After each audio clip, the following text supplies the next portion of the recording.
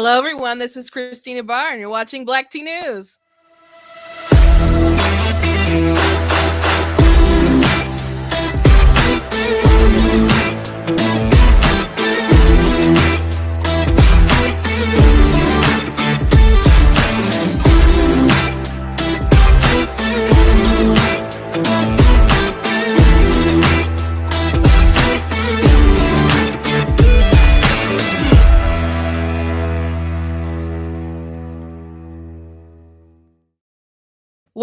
Welcome to Black Tea News. You guys know on Saturday nights I like to bring on a special guest and talk about some TikToks. But before I do that, I do want to encourage you guys to go to blacktnews.com, check out stuff on my website, different articles that I've written. Also do have some new merchandise inspired by, stuff going on in Canada. And my guest is Canadian, so I thought it was appropriate to show you what I made. So you guys can get checked out that kind of stuff on blacktnews.com. Also, just on a side note, you guys know that I write and I do have a new book that's coming out on February 15th. And you guys are more than welcome to pre-order that now on Kindle. If you want paperback, you're going to have to wait for the 14th, but just a little excited thing for that. So I'm excited. You guys can check out that. So I'm not going to delay it. I want to go ahead and bring him on so we can get to the nitty gritty in the business. How are you doing, Alex, my Canadian friend? Hi, I'm good. How are you? I'm good. Is there still freedom over there where you're at? It's looking grim over here, but things are getting better, I guess. It's looking promising, to be honest. Like, it looks a lot better than it did a month ago. So I think with the truckers, go ahead. Oh yeah, so the truckers, I hear they plan to not leave until all the lockdowns, the mandates are gone. Do you think that that's a thing that whose will be stronger in the end in that regard? Do you think? The truckers, 100%, hands down, the truckers. And I think you can already see that within politicians that are. Look at our prime minister, for an example. It goes to Twitter and calls them all homophobic, transphobic, racist. Yet he hasn't even met with any of them. Mm-hmm. He hasn't even had the decency to try and even have a conversation with any of them. So I'm not sure how you can call them all of these isms without even talking or getting to know any of them. But yeah, I think hands down the truckers will be the ones that are like, nah, we're just not going to go anywhere. So has he come back yet? Because I know he fled. He's had COVID and tested positive. Okay, I don't know if you're allowed to swear on your thing, but this man. I prefer not, but I know you're passionate. I do. You got it. So I get angry. This man, from my recollection, has had COVID either 3 or 5 different. The chances of you getting COVID twice is extremely rare, let alone 3 times. And then it was an excuse. It was a very convenient excuse for when the truckers got there, so for him to flee. And now he's sitting in a $9 million mansion out in the middle of nowhere. So that's our leader. And then the funny thing is, a year ago, he was on the news saying, if you see a trucker because of all they're doing to keep everything going, this, that, and the other, thank a trucker. And I'm like, but you can't even be bothered to talk to the people who actually feed your economy and the people that live within it. Makes total sense. Yeah, it's kind of like in the, at least here in the US, everyone's like, first responders, you're so amazing, you're so great, you're heroes. And then it was like, if y'all don't get the vaccine, y'all fired.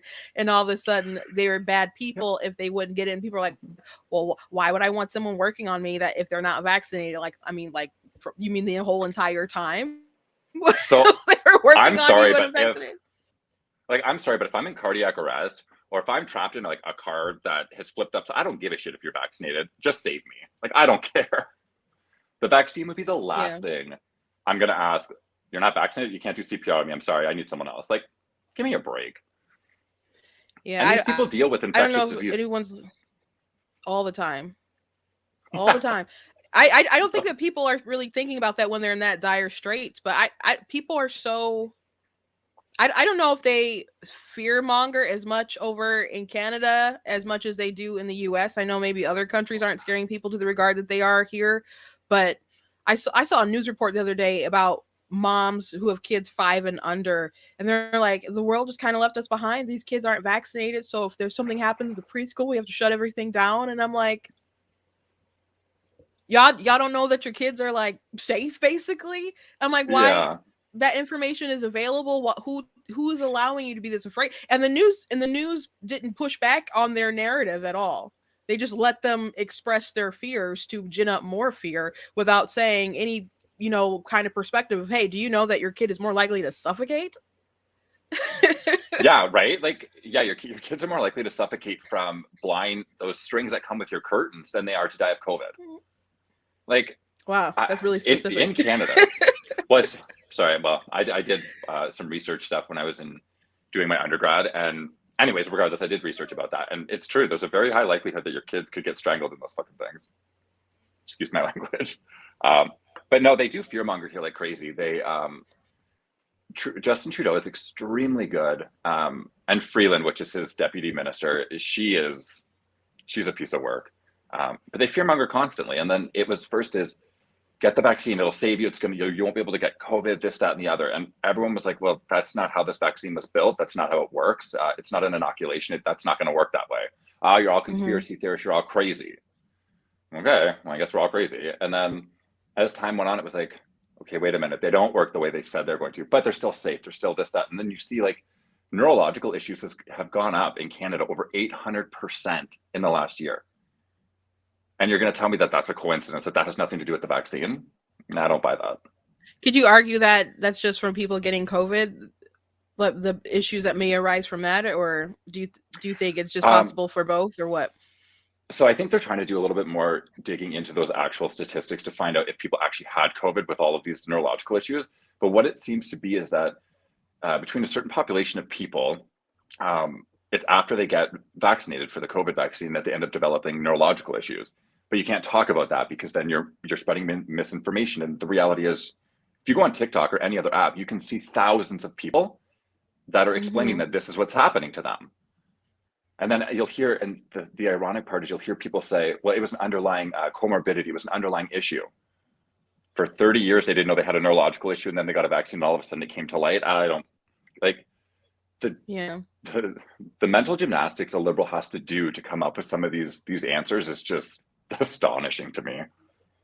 Well, I'm sure you are aware they were like downplaying or pretending like issues with your menstrual cycle being affected wasn't a thing, and then they eventually admitted that, and it was so funny because I noticed that they mentioned it after Robert Malone was on Joe Rogan, and he talked about that for quite a bit. And like a few days later, like after he talked about it, and so many people were talking about that, they're like, oh, by the way, there's this study and this does affect women, but don't worry about it. And I'm like, now you're gaslighting us, because I mean, I remember, and in the article about the study, like, this is so great because now we can affirm that this was something that was happening to women, and like it'll affirm the women that they know that this thing was true. And I'm like, they experienced it, they knew it was true the whole entire time. Like, they don't need validation, they went through it. So yeah, I don't know when this madness will end. They're really pushing to get kids 5 and under vaccinated as well. That's what Pfizer is requesting now. And I don't know why they're pushing this, what they have, so hard, knowing that they need a different one, really. But well, that, and they also know that statistically speaking, they're pretty much safe. The fact a child dying from COVID is extremely unlikely unless they had other comorbidities that went along with it. If I had children, there's no way that I would allow that to happen. But now what they're also doing is, if you have children and then you send them to school, you're then giving the school board permission to vaccinate your child, which without parental consent, which I don't agree with. No. I think it's oh no. I that don't makes know me if angry. yeah, because that makes me angry. Where do you, like, the issue I come, like, and I brought this up with my dad when we were talking about this, because he's like, he's a trucker himself, and he's like, I support what they're doing, but they just need to get vaccinated and go back to work. Or he said that he's sympathetic for what they're saying. And I was like, how can you say that of all people? You were like the biggest redneck of, like, I did not expect him to say that. And he's like, well, it's just a vaccine. Just shut up and get it and go back to work. And I was like, oh, but Dad, it's not, though. It's so much more than just a vaccine. It's about government overreach and the fact that governments have way, way too much power. And since when does a government get to decide what you do with your body? Like, isn't that the whole, like, in Canada, that's the whole stance on abortion. It's your body, your choice, do what you want with it. Yeah. And you guys have pretty radical views, right? Like, you can go, you don't have to pay for anything, right? You can, is it at any time? Is it? Or so the abortions, I only know one person who got one. She didn't pay for it, and I I believe she was 16 weeks along. I don't know if that's changed. I don't know the rules around abortion in Canada, but you don't pay for any of that. Like most of the time, we'll go through your OHIP unless you're past a certain period, and then it's like a two-process abortion that you have to pay for. From what I was told, again, don't quote me. I don't know because I've never had one, and even if I was a woman, I never would. But I do find it funny that you hear these people that are like for abortion talking about how. What's the same argument? It's our body, our choice. I'm like, oh no, wait a minute though, because it's not your body at that point. It's another person's body within yours. Yeah. So that argument to me is null and void. Well, bodily autonomy is supposed to be the argument around that, but it's not really bodily autonomy with abortion because, of course, it does involve another person. But that's what they say, but it doesn't really hold water when you like really look at it. And they obviously don't believe in that sacred bodily autonomy if they would say, yeah, the government should be able to make you inject this into your body. And there's history in the United States with things like the Tuskegee experiments when they're studying, effects of syphilis in Black people, not telling them that they had it and stuff. So I'm like, that wasn't that long ago in our nation's history. And if people are willing to do that, then I learned about that. Why would you just want to give them that much trust? I'm not saying that you shouldn't go ahead and assess your risk and go ahead and take it or whatever. I'm just against mandates. Mandates. So, but that's most of the people who are anti-vax, they're not anti-vax at all. They're informed consent. You make a decision that's best for you, but you shouldn't be coerced into doing so. And I heard there's another TikToker that I watch. She's got she's like a hippie. She's really good. She's an interesting person. But she put up a video and it made a lot of sense of like in Canada, it was specifically for Canada, like the government didn't help with the reservations. They didn't help with clean drinking water. They didn't help with violence, and the government doesn't help with anything. And then all of a sudden you're going to trust them to help with this out of all the hundreds of things they could do to help the people of Canada. This is what they choose to do. I don't know. Yeah, no. Yeah. It doesn't. Well, I'm gonna start jumping into the different TikToks that we're gonna be watching tonight. I know some of them you've seen and one you've at least reacted to. So I think we were talking about Trudeau. Let's mock him first and move on. Oh my God. Is it the wood one? Small fringe minority of people who are on their way to Ottawa or who are holding unacceptable views that they're expressing do not represent the views of Canadians who have been there for each other. Yeah, so this man has done blackface. He's done blackface so many times that he's lost count. Like holding oh, fuck, I hate that man. Yeah, well, he's been saying some pretty radical things, and Biden, in my opinion, has been saying really crazy things you wouldn't say as the president of the United States. So he's like, this isn't about your freedom or your personal choice. I'm like, I think you missed the part of the reason why we are here in the U.S., sir. Like, it doesn't make any sense to me.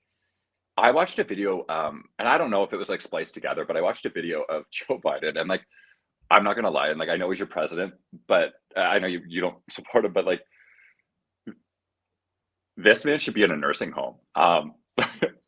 He kills me every time I watch him. I was like, did he forget his dementia medication? Like, where's his handlers? I don't understand what's happening. But I watched a video of him saying like, there's no reason to be proud to be an American. There's nothing that makes you inherently an American. And I was like, okay, but that's not true though, because you guys fought for your independence. Like, that's not true though. There is valid reason to be proud to be an American, and I don't get why that's seen as racist, or I don't get that. I haven't seen that. I'll have to go look at that video in the full context. I'm sure that there is no good context. There's no good context to that. But I've heard people clip that what he said, and then it was like to some kind of I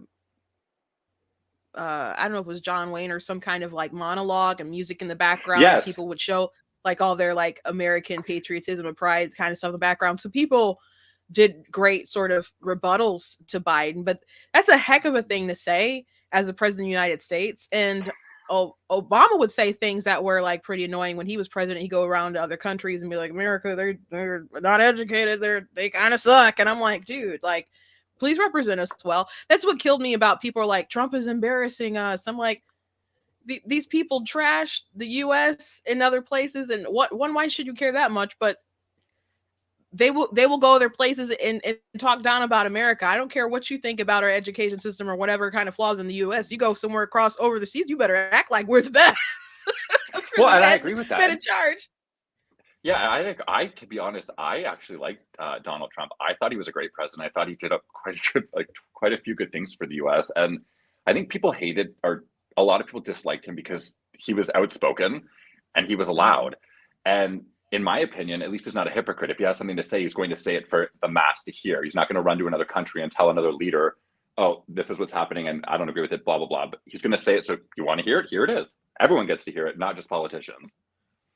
I think part of it, not just his policies and just how he'd react to people and stuff, but because a lot of stuff people don't even like about Trump are things that were kind of fabricated in the media, like the Russia collusion hoax. That thing wasn't true. So I think really, in the elitist most sort of way, explanation is they never forgave him for winning out of turn. Like they wanted him to be the nominee, but they want him to be the nominee because they thought it would be the easiest way Hillary could win. As a matter of fact, in the John Podesta emails, when like WikiLeaks were like dropping them, I was reading those things, are pretty juicy. But that was like the thinking of behind pushing Trump, because they worried that was too much of her campaign strategy, was merely to get him as a nominee. Now she underestimated how much people disliked her. and all these legacy people running for president, so they decided to try something new, but people never really forgave him for kind of coming out of turn, and I think that goes the same too for a lot of establishment Republicans too, because you have never Trumpers who just lost their minds, who never got them back. So I saw some of the videos. People don't like when you talk out of turn. You go ahead. Oh, I said people just don't like when you talk out of turn, when you go out of turn, when you step out of turn. Like so many people think you have to have permission to go ahead and shoot your shot. So that's really true with politics. It is, but see, I like Donald Trump only for the simple fact that he wasn't, in my opinion, he was a businessman. He wasn't a politician. And I'm sorry, like when you break it down, a country is a business. It's a fucking business. And politicians are, most of them, like 98% of them, they're just sneaky. They're sneaky. You don't like. I don't really believe most of what politicians say. Like actions definitely speak louder than words, in my opinion. But wouldn't you want someone who knows how to run a business? And then people are like, well, he went bankrupt on this, and I'm like, which was actually a really smart business idea. Hence why the man isn't broke. Like he knew what he was doing. I don't know. When people would say that, they're like, he got these 6 businesses were bankrupt. I'm like, 6 out of like, and I look it up, like 500 subsidiaries. Like that's not a lot. I don't think that's pretty good. I don't even have one. Well, I have one business, but like I couldn't imagine having 500. Like I don't know. And if you think about the way that he did this, because I watched a documentary about this, is before he was ever president. There was a documentary about his hotels and how it all happened and all of that stuff. And in the documentaries, it explained that when you file a commercial type bankruptcy, it doesn't touch your personal financial assets. Yeah. So instead of losing everything you have, you claim like a business bankruptcy, which is what he did. And I'm like, if you think about it, though, he used the system against itself, so he didn't go bankrupt. Like, people are so stupid sometimes. Yeah, I went to like a class or something by one of the guys from Shark Tank. It was a Damon John's, that his name? The Fubu, is that what it is? Damon, whatever, the black guy in Shark Tank. I can't think of what his clothing is, but he had a special thing. He wasn't there giving the talk. He had someone else do it, but they were explaining that people will start a business. It's not touching their personal funds, and if something happens and they need to bankrupt it, it's gone. And it's not touching your assets. So it's just like you said. So it's not like that's something that unique that Donald Trump did. That's just what people. No. That's what people do. But if you're smart enough to know how business works, like that is what people do. You separate your personal from your business, and then if something happens with your business, your personal life and your personal finances are protected. But I think when people look at it, they're like, well, it's him, it's his name, so it should all go together. But that's not how business works. Businessmen have been doing this for decades. This is not new to Donald Trump. Yeah. Like he's not the one who created it or found the loophole. Yeah, I really liked him, but We don't like what's going on now, but I'm sure. Do you I'm think sure he's you going can to see run that. again? Trump. Yeah. He's running right now, like he plans to run again, and he was like kind of did a little diss at Ron DeSantis not too long ago, I think, to kind of like just let people know. And I, it looks like it. In my opinion, I do think like someone else should maybe kind of take up the helm.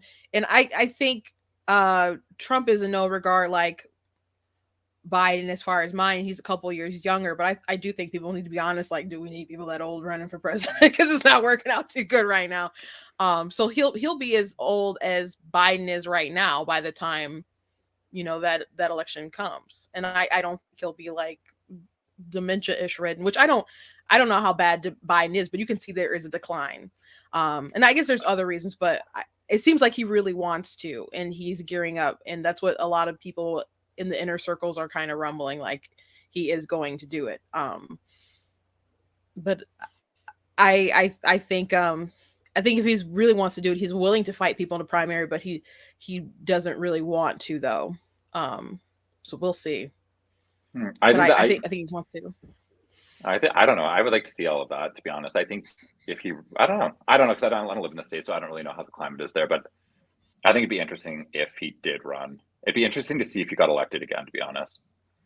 It's I think it was Donald Trump Jr. who tweeted out like there were Star Wars films like A New Hope, that was his administration, and it was Empire Strikes Back is right now, and it'll be like Return of the MAGA. So I'm like, it's cinematically it would be such a good story, but I don't know, like in like a universal writing the structure of just how things go, Biden winning that on 2020, I'm like, they did so many things so dirty, lied on Trump so much, captivated the whole world with COVID, shut everything down. Like the media, like early 2020, people kept saying the economy's going to go down, the economy is going to go down. Or I guess before like 2019 and stuff, they're like, there's going to be a recession. That's just what happens. And it just never came. So people were freaking out because the economy was too good. And they're like, if the economy is really good, then Trump is going to win, no problem.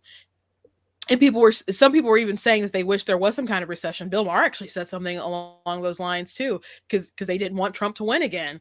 And so what happened? COVID happened, and then people were like, "We're going to lock down. We're going to keep locked down. We're going to stay locked down." And we had an artificial, depression. So I think, and then they kept it that way, and they really pushed vaccine hesitancy, because even if it came out before election day, they didn't want people backtracking on the absentee ballot stuff and pushing all that kind of stuff out and the plans that they had, and they didn't want people to have any kind of hope.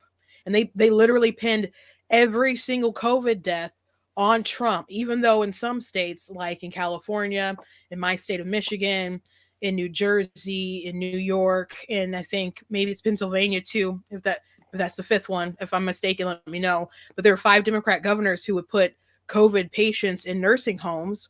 And for a while, I don't know if this is still true, but this was like early in the pandemic, 40% of the deaths were coming out of nursing homes.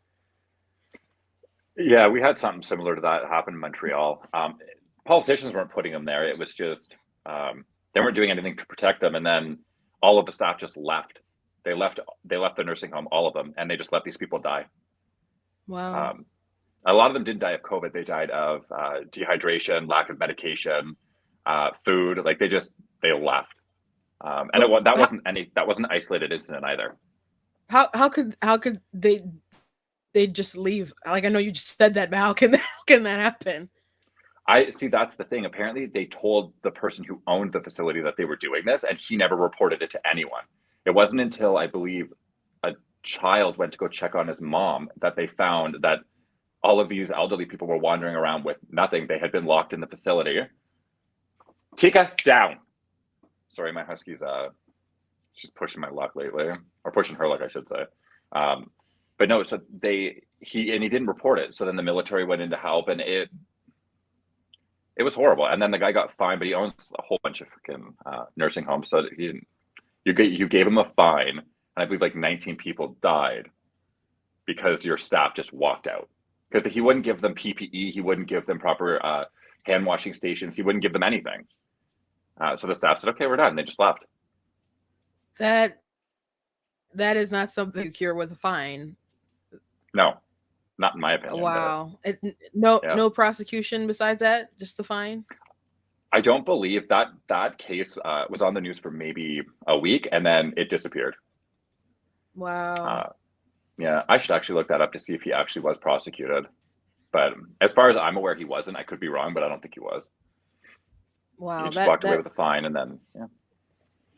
We treated our elderly so terrible the past couple of years, and then did so much damage also to children, robbed them of their childhoods, Yep. of proms, of all these things. And then like Johns Hopkins University did a report that lockdowns didn't really help really with the COVID spreading and stuff. So and people want to hold on to it because they don't want to be wrong. They don't want to come to terms that they made a huge mistake.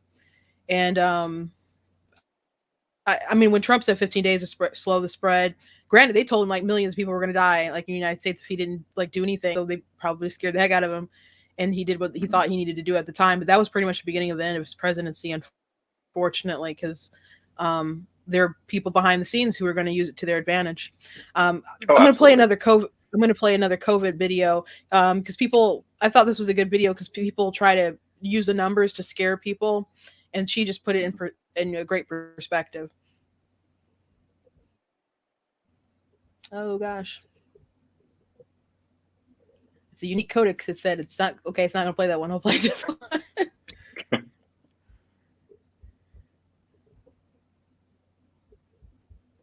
Oh no. When you said, oh no, the only thing that ran through my mind was my table. It's broken. Oh my God. Yeah, I'm having some trouble. Hold on. No worries.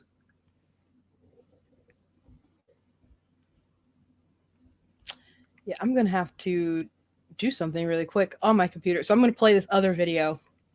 Sure.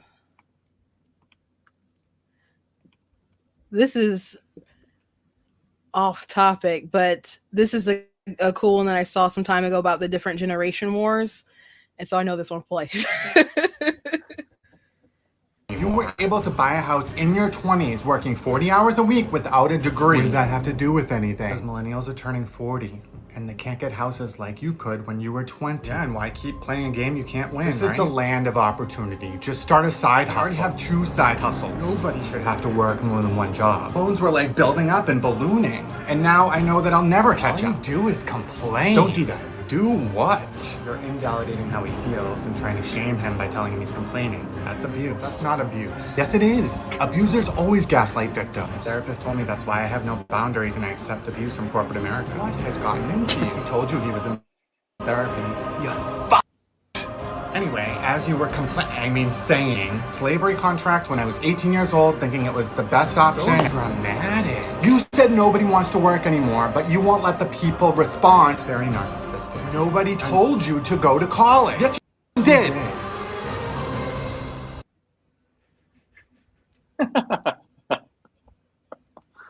So I think there's some valid points in there, and people do talk a lot about quite a few of these generations, but I mean, I guess someone had to mess them up in the first place, to be honest. But so whose fault is it? You do work in like mental health, so who's to blame for right now? So this might not be a popular opinion. I think most of it comes from social media. If you look at the rise of mental health issues and the rise of social media, they go hand in hand because we're social creatures for the most part. We need interaction, not over a phone. We need interaction between people. And you don't have that with a phone because everything is done through a phone. So you're not going out to play with your neighbors anymore. You're not doing anything. You're playing Xbox by yourself. And so I think if you look at the rise of like Facebook and MySpace, and I don't know if people are too old to know what that is, but like all of that stuff, mental health, it all coincides with decline in mental health.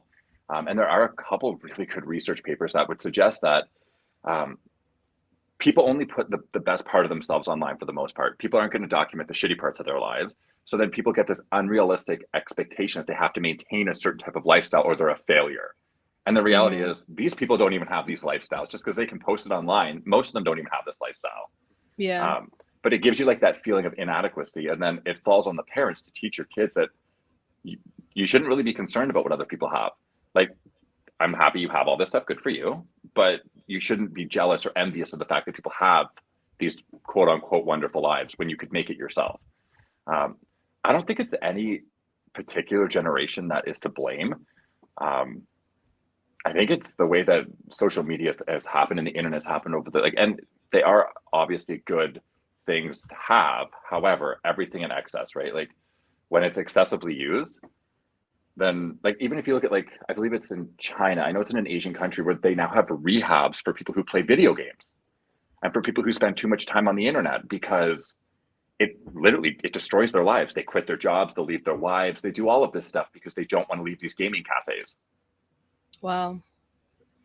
I can I guess I can get that. I mean, that's the premise of like Ready Player One. People are so involved into like, you know, the world, which I thought it was a pretty good movie, but a lot of people who read the book said the book was way better, but I really enjoyed it. But did you see that film? I didn't see that yet. No, I heard it was a good film though. So there's this big game everybody's trying to win, and if they can win, they basically get to the creator of the game hid in this like challenge. So if people win it, someone wins it, they get the whole system. But it's become so much of people's lives, this like virtual reality world, that that would be like even more important than if you suddenly got the keys to like Amazon and, you know, Facebook and all this stuff at the same, you know? So, but people were so deeply involved in it. And if you lose, they put everything into the game, their finances and stuff. And if they lost at that, then they were just kind of screwed. So people had to, even when the person won at the end, they made it a rule that it had to be shut down on certain days so people could go back to trying to experience life outside of it. Like on Star Trek, they have the holodeck. If they really had that, like people would throw their lives away. Yeah, give it time. Give it time. I think with like the advancements in AI and virtual reality, give it time. I think that'll very much become part of our lives at some point. I just think that people, instead of making actual connections, and I think it stems from a lack of like self-confidence in a lot of people, because they get that confidence that they'll say anything behind the keyboard. Like I get people who tell me that I have internalized misogyny, that I'm homophobic even though I am a homo. So like, okay. And that I'm all these isms and phobias and stuff. And then I get people that'll tell me to kill myself, but I'm like, you would never say that to me in person. I stand 6'6". I'm a big guy. Like you would never say that to me in person, but you have this false sense of security behind a computer. So I do think it'll be a thing at some point. You know, people do say the craziest things online, especially like kids. If you have kids on the internet, please go look at their TikToks, because I promise you they're embarrassing you dramatically. So go look at the kind of stuff that they post, and it just kind of breaks my heart to see some of the stuff they post. And if someone posts something particularly crazy, I'm like, this person is between the ages of 14 to 23.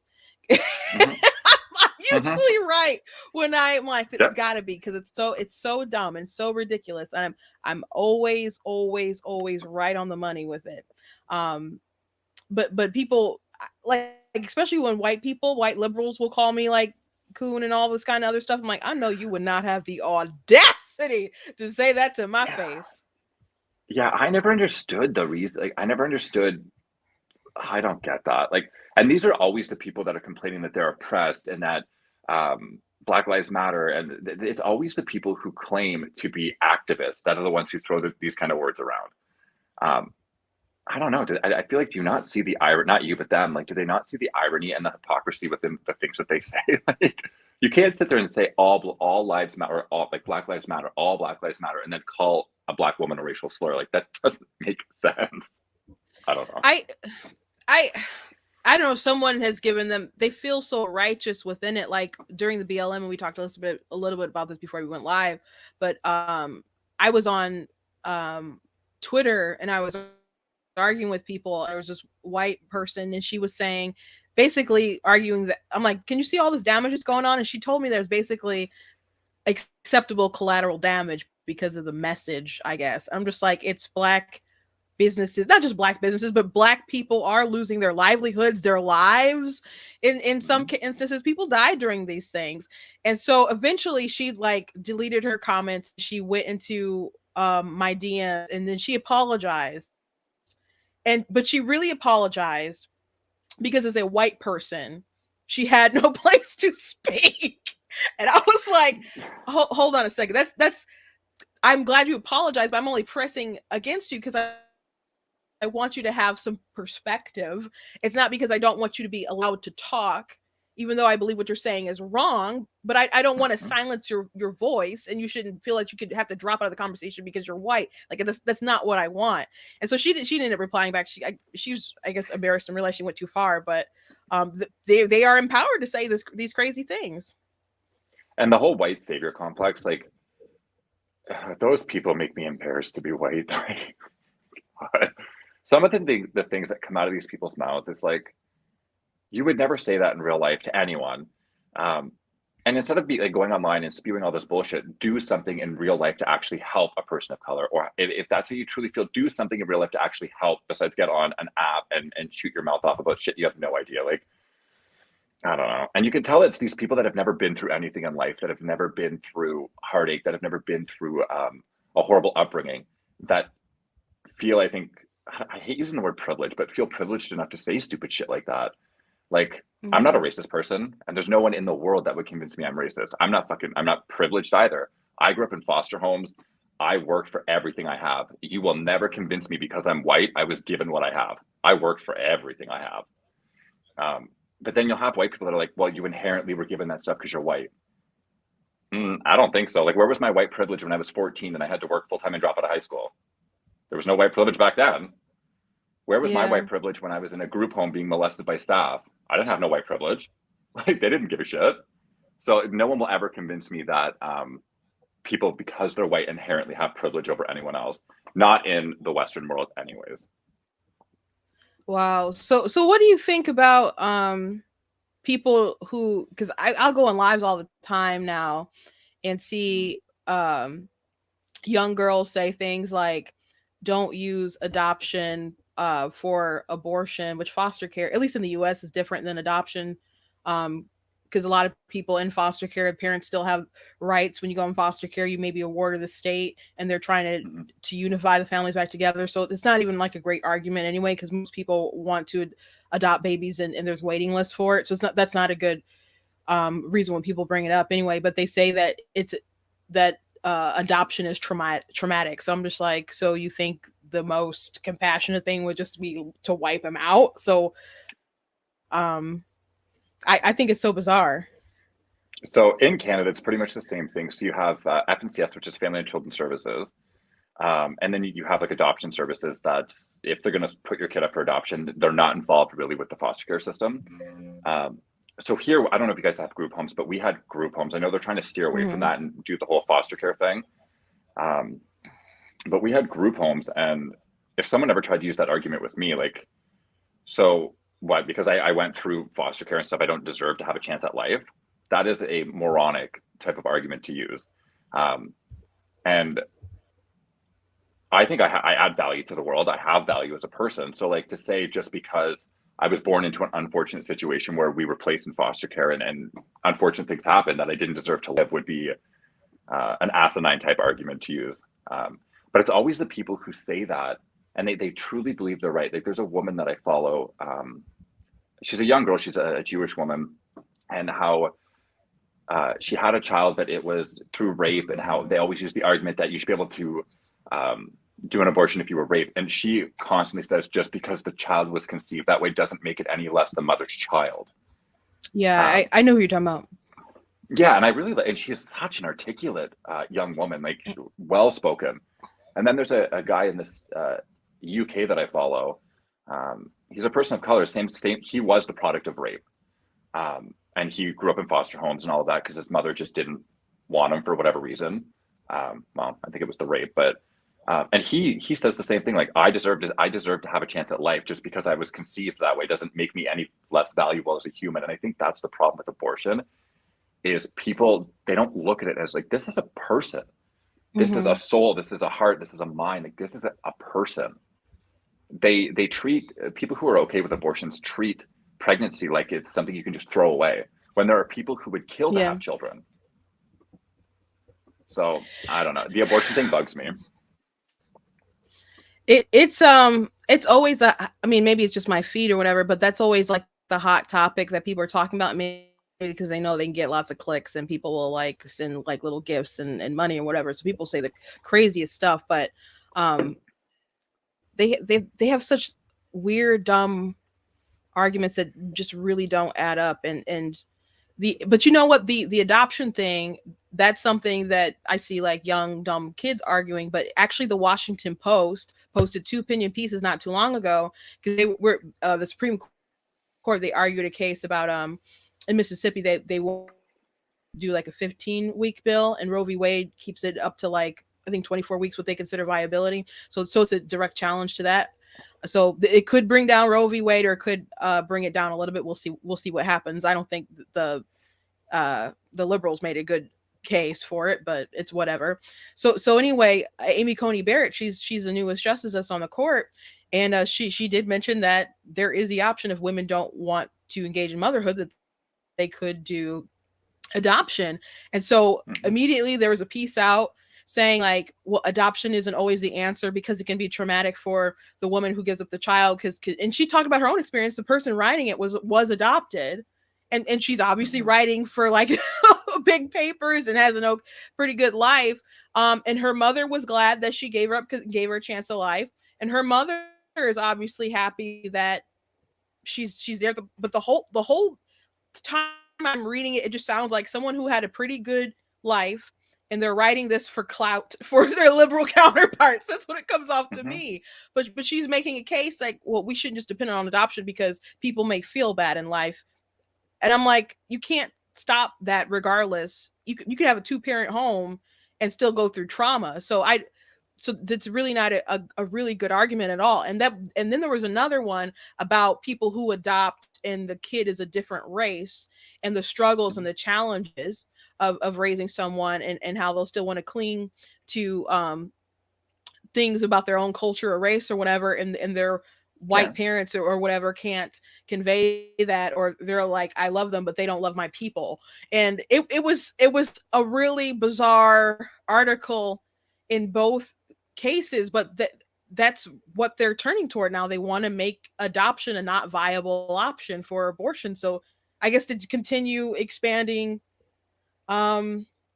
abortion access and get rid of restrictions even all the more. So it was really bizarre. So like the first one, that one is, she was adopted yet is making a case that adoption's not.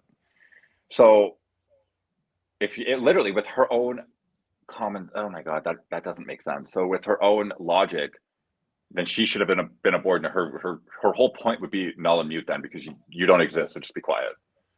That is ridiculous. And about the whole adopting a different race, I think that if you are willing and you have enough love for a child and you're willing to adopt them, regardless of the race, you most of the time have enough love for them to try and keep them engaged or interacted with whatever culture they come from. And you can do that without being part of that culture. For an example, I've worked very closely with people that are of African descent that were born in or on the continent of Africa. And I'm a white Dutch dude. So like, I don't know anything about well, I know a little bit, but I don't know the intricacies of their culture. But I've done things in the past where I will bring in people who are from that culture to hang out with them and talk to them. I did this with natives when I worked at at a rehab center. I worked with teenagers. I brought elders from different communities to talk to them and get engaged within their own communities. There's things you can do so that they still feel part and connected to their culture. And if you're going to adopt a child that is outside of your own culture or race or creed or whatever it is, I think it's your responsibility to keep that person connected to their biological culture. Because culture is important, to feel connected or to feel like you belong and like you're not an outcast within a culture. That's important for a lot of people. And that's why I think a lot of people have, when it comes to like, they just don't feel connected. And that also goes back to the whole mental health crisis, right? Is that you don't feel like you belong. You don't feel like you are part of anything. I think that goes with like the rise of people who are, oh my God, it's not agnostic. Wow, I'm atheists? drawing a blank. Yes, I think that goes along with the rise of like people who claim to be atheists. They don't have a connection to anything, or they don't feel a connection to something greater than themselves. And in my opinion, I think that'd be a pretty lonely life. But there are a lot of research studies. Oh, go on. I was just going to say, there are a lot of research studies that have almost conclusively proven that if you don't have a sense of belonging, whether it's to a culture, a religion, whatever it is, your chances of having depression, suicidal ideations, anxiety go up like 5-fold, because you don't have that sense of like you're welcome and people care about you outside of your own family structure.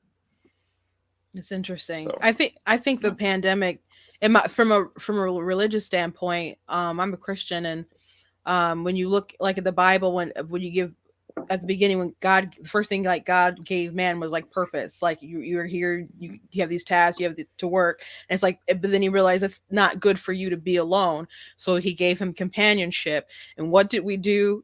We took away people's jobs, we paid them not to work, conditioned them not to work.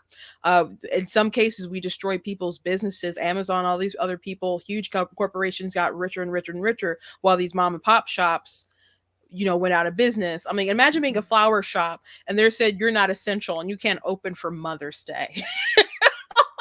and like you just cleared it out. Yeah, and if you think about it, like, they separated us. No companionship. Yep. And then they wonder why suicide rates went up. They went through the fucking roof. They wondered why depression, anxiety diagnoses have gone through the roof. They wonder why a lot of elderly people just don't care anymore. It's like they're not. They feel like they have no purpose anymore because they're isolated from everyone, because God forbid the elderly are the most at-risk populations. But I'm sorry, if grandma's 98, she's lived a pretty good life. I'm not going to stop seeing my grandmother because the chance she might catch COVID. She's lived a good life. And I'm going to be there beside her regardless. And that's the same with my own grandmother. Like, I've noticed things within my own grandmother that is actually, it's quite upsetting. So like, she loves Keno. Oh my God, she loves Keno at the casino. She'll play that for hours. And just interacting with people, and she can't do that. So like, even last week I was like, Grams, are you all right? And you can tell there's something visibly wrong. And she's like, no, I'm fine. I just don't, I feel blah today. I'm like, but why? Do you want to go out and go for it? Do you want to do something? What are we going to do? Where can we go? And what are you supposed to say for that? Like, I live in Canada. It's minus 12 here. It's freezing. Like, what are you going to do with her? Like, I'll take you for a drive. We can, I don't know, let's go get coffee. Like, I don't want to do that. And then she'll go on about like, I just wish they would open up, like, let me go play Keno, or let me do this or that or whatever. But they don't, because no one took into account the mental impacts that these bullshit lockdowns were going to have on the people. And this is going to be this will be a generational problem. I guarantee it. So how much of Canada is locked down right now? All of it. All of it's just still locked down, even with like the passports and stuff? Oh God, yeah. So like, unless they've just changed within the last hour, I know you can't go into casinos. You can't. There's so many things that you cannot do. Like, you can go to Walmart and you can go to the grocery store and stuff like that. But there are a lot of things that you cannot do. And if you're not vaccinated, you are ousted from society. You cannot watch your kids swim. You cannot watch their hockey games. You cannot go into arenas. You can't do any of that. And like, I live by a pretty big, like, hockey's a huge thing in Canada, and I live by a pretty big arena. It's out in the middle of nowhere. And they have this board right on the front of the arena that says they will be checking for proof of vaccine. If you're not vaccinated, do not come into the building because you won't be allowed in. And then you get parents who are sitting outside wanting to watch their kids' games, can't do it. Like, it drives a division. And then these parents feel like crap because they feel like they're abandoning their children somehow. And it's like, okay, but they're not doing anything wrong. I don't get like why you wouldn't allow them to go in and stand by an ice rink. Like, people don't want to be close to you anyways at an ice rink. It's freezing in there. You just kind of want to stand there and do your own thing. Like, I don't know. There's a TikTok I don't know if you saw, but of a man who was went to go see his daughter at the YMCA, and they wouldn't let him and he has a heart issue, so he can't get the vaccine, or was advised not to get the vaccine. And so I saw some people in the comments claim that they changed their policy. I don't know. I don't know if they can change their policy. I don't know what the government is making them do or not. But that was sad to watch. It was. And when he started to I don't cry, I was like, that my heart broke for that man. I was like, that is, he can't get it. It's not that he's not choosing to do it. He can't do it. And the man's being punished and being treated like an outcast.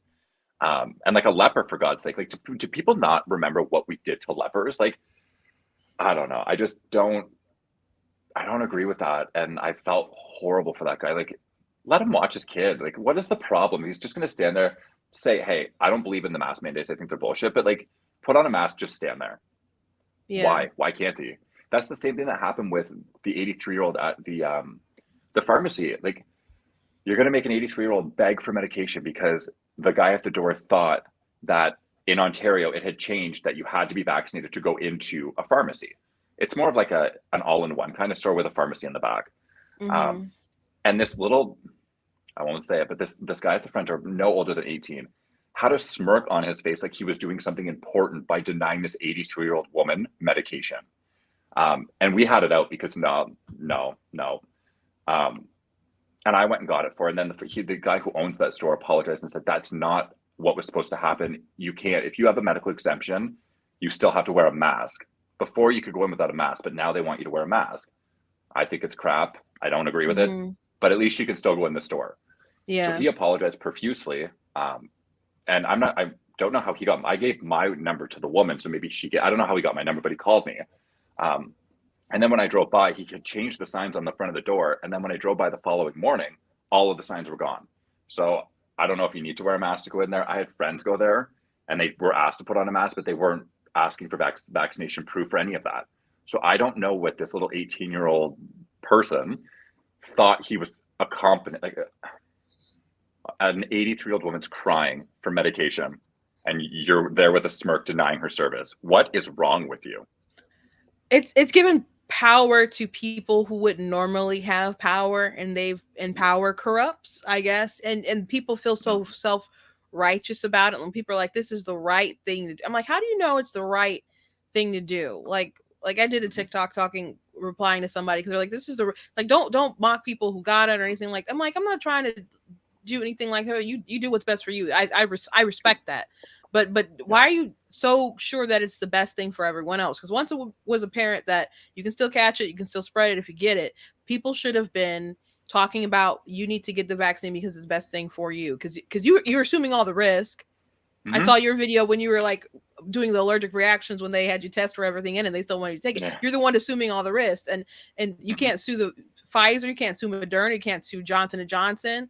You can't, your employer's not going to accept the liability or anything. Good luck getting it from the government because who knows if they'll admit that it was vaccine harm. So you're assuming all the risk.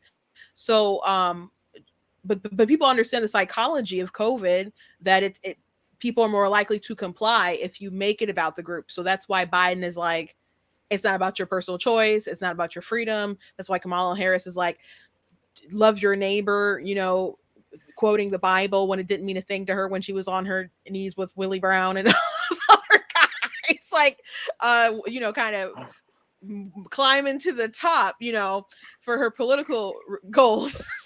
Oh my God. Wow.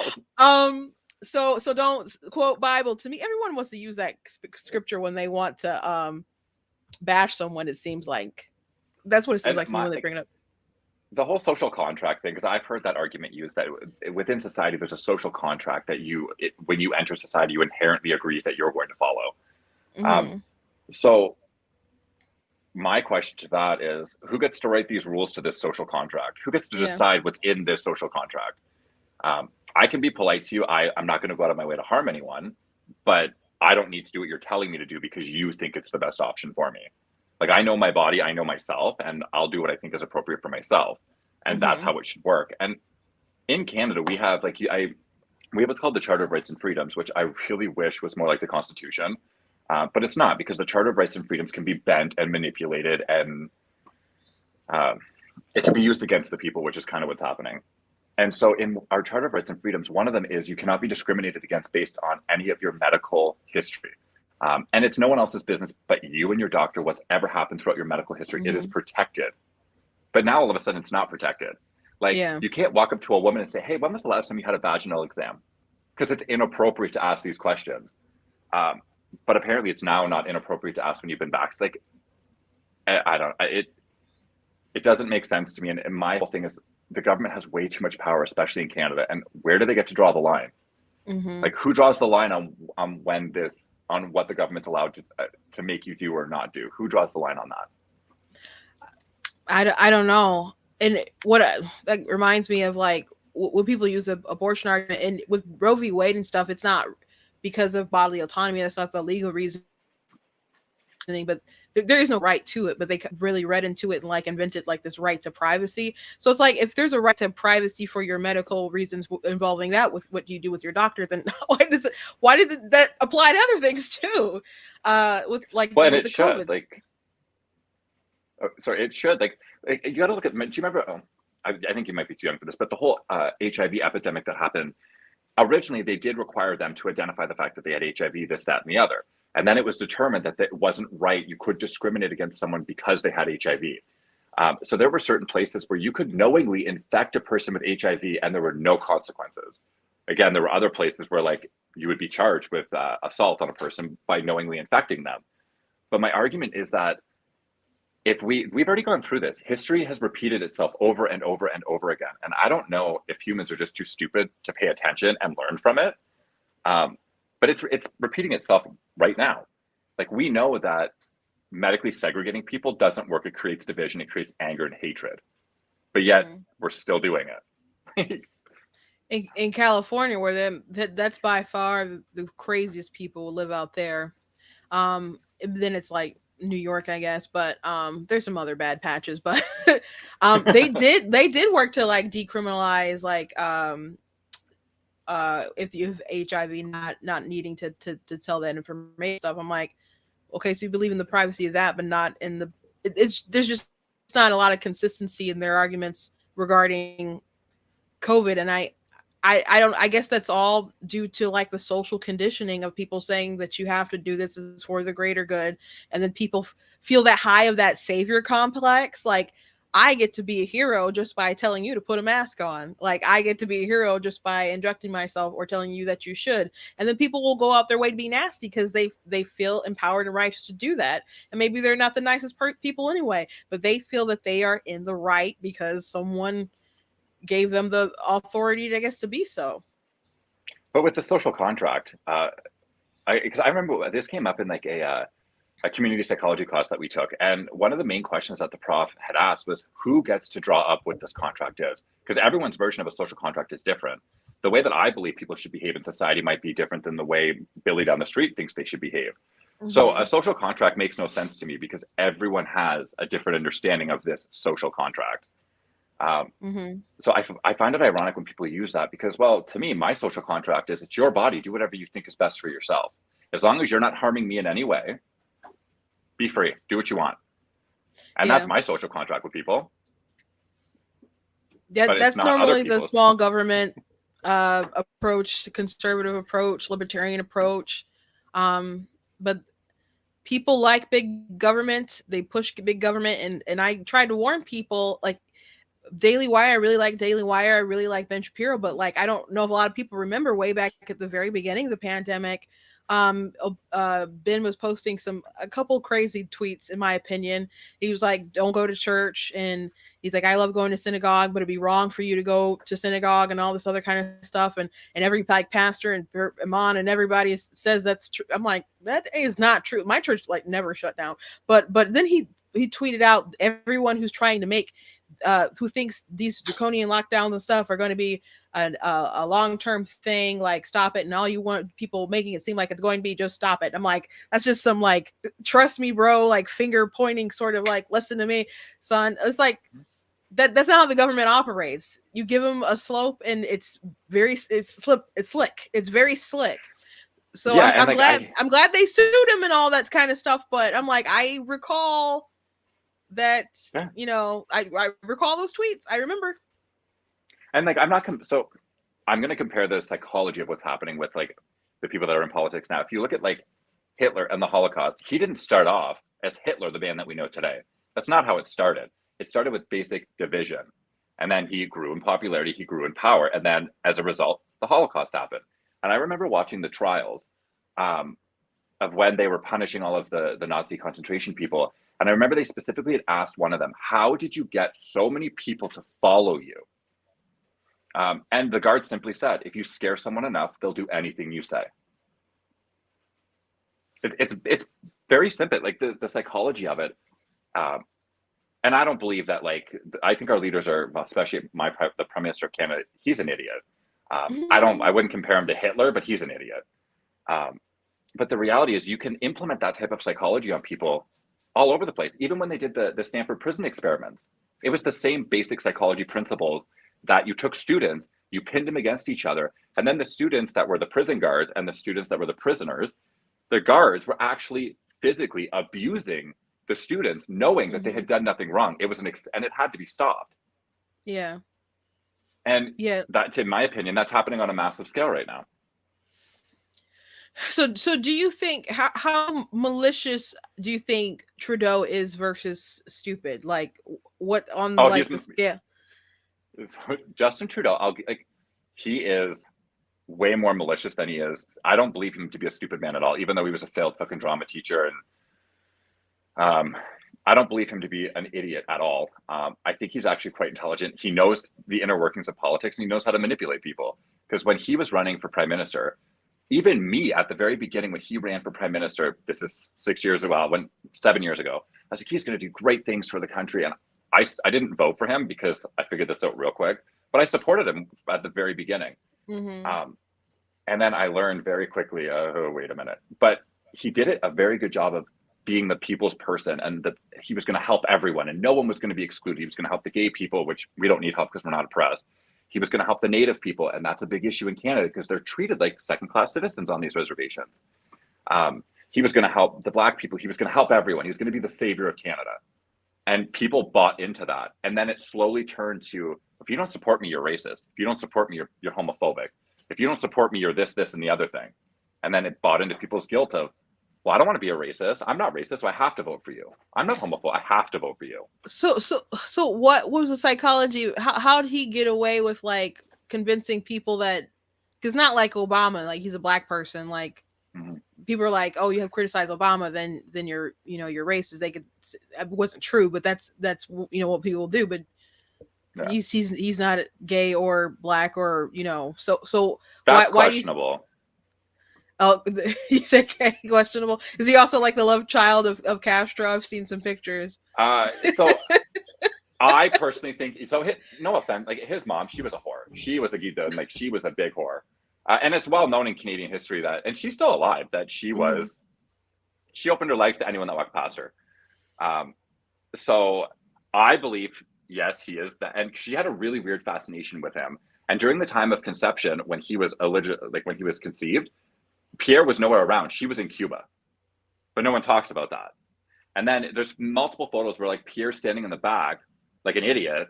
And it's Castro and her that are like doting over this child. And if you look at his two brothers, he had one that passed away in an avalanche. They look nothing alike. They look like his brothers look like Pierre, and he looks almost a spitting image of Castro. He's just a little bit lighter. I personally believe he is, but we'll never know. We'll never know. But he definitely looks like him. Have you seen the one where they have like the little mustache thing and they compare it to Castro, and it looks like the same person? He looks like the same person.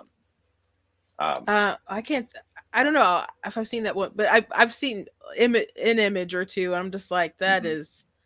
Well, they compare him to Pierre at certain ages. They compare Trudeau at certain ages and Castro, and there's one photo where you actually think it looks like the same person, just in a different photo, and you're like, huh? And I also think one of the things that really helped Trudeau get elected was his father was the prime minister.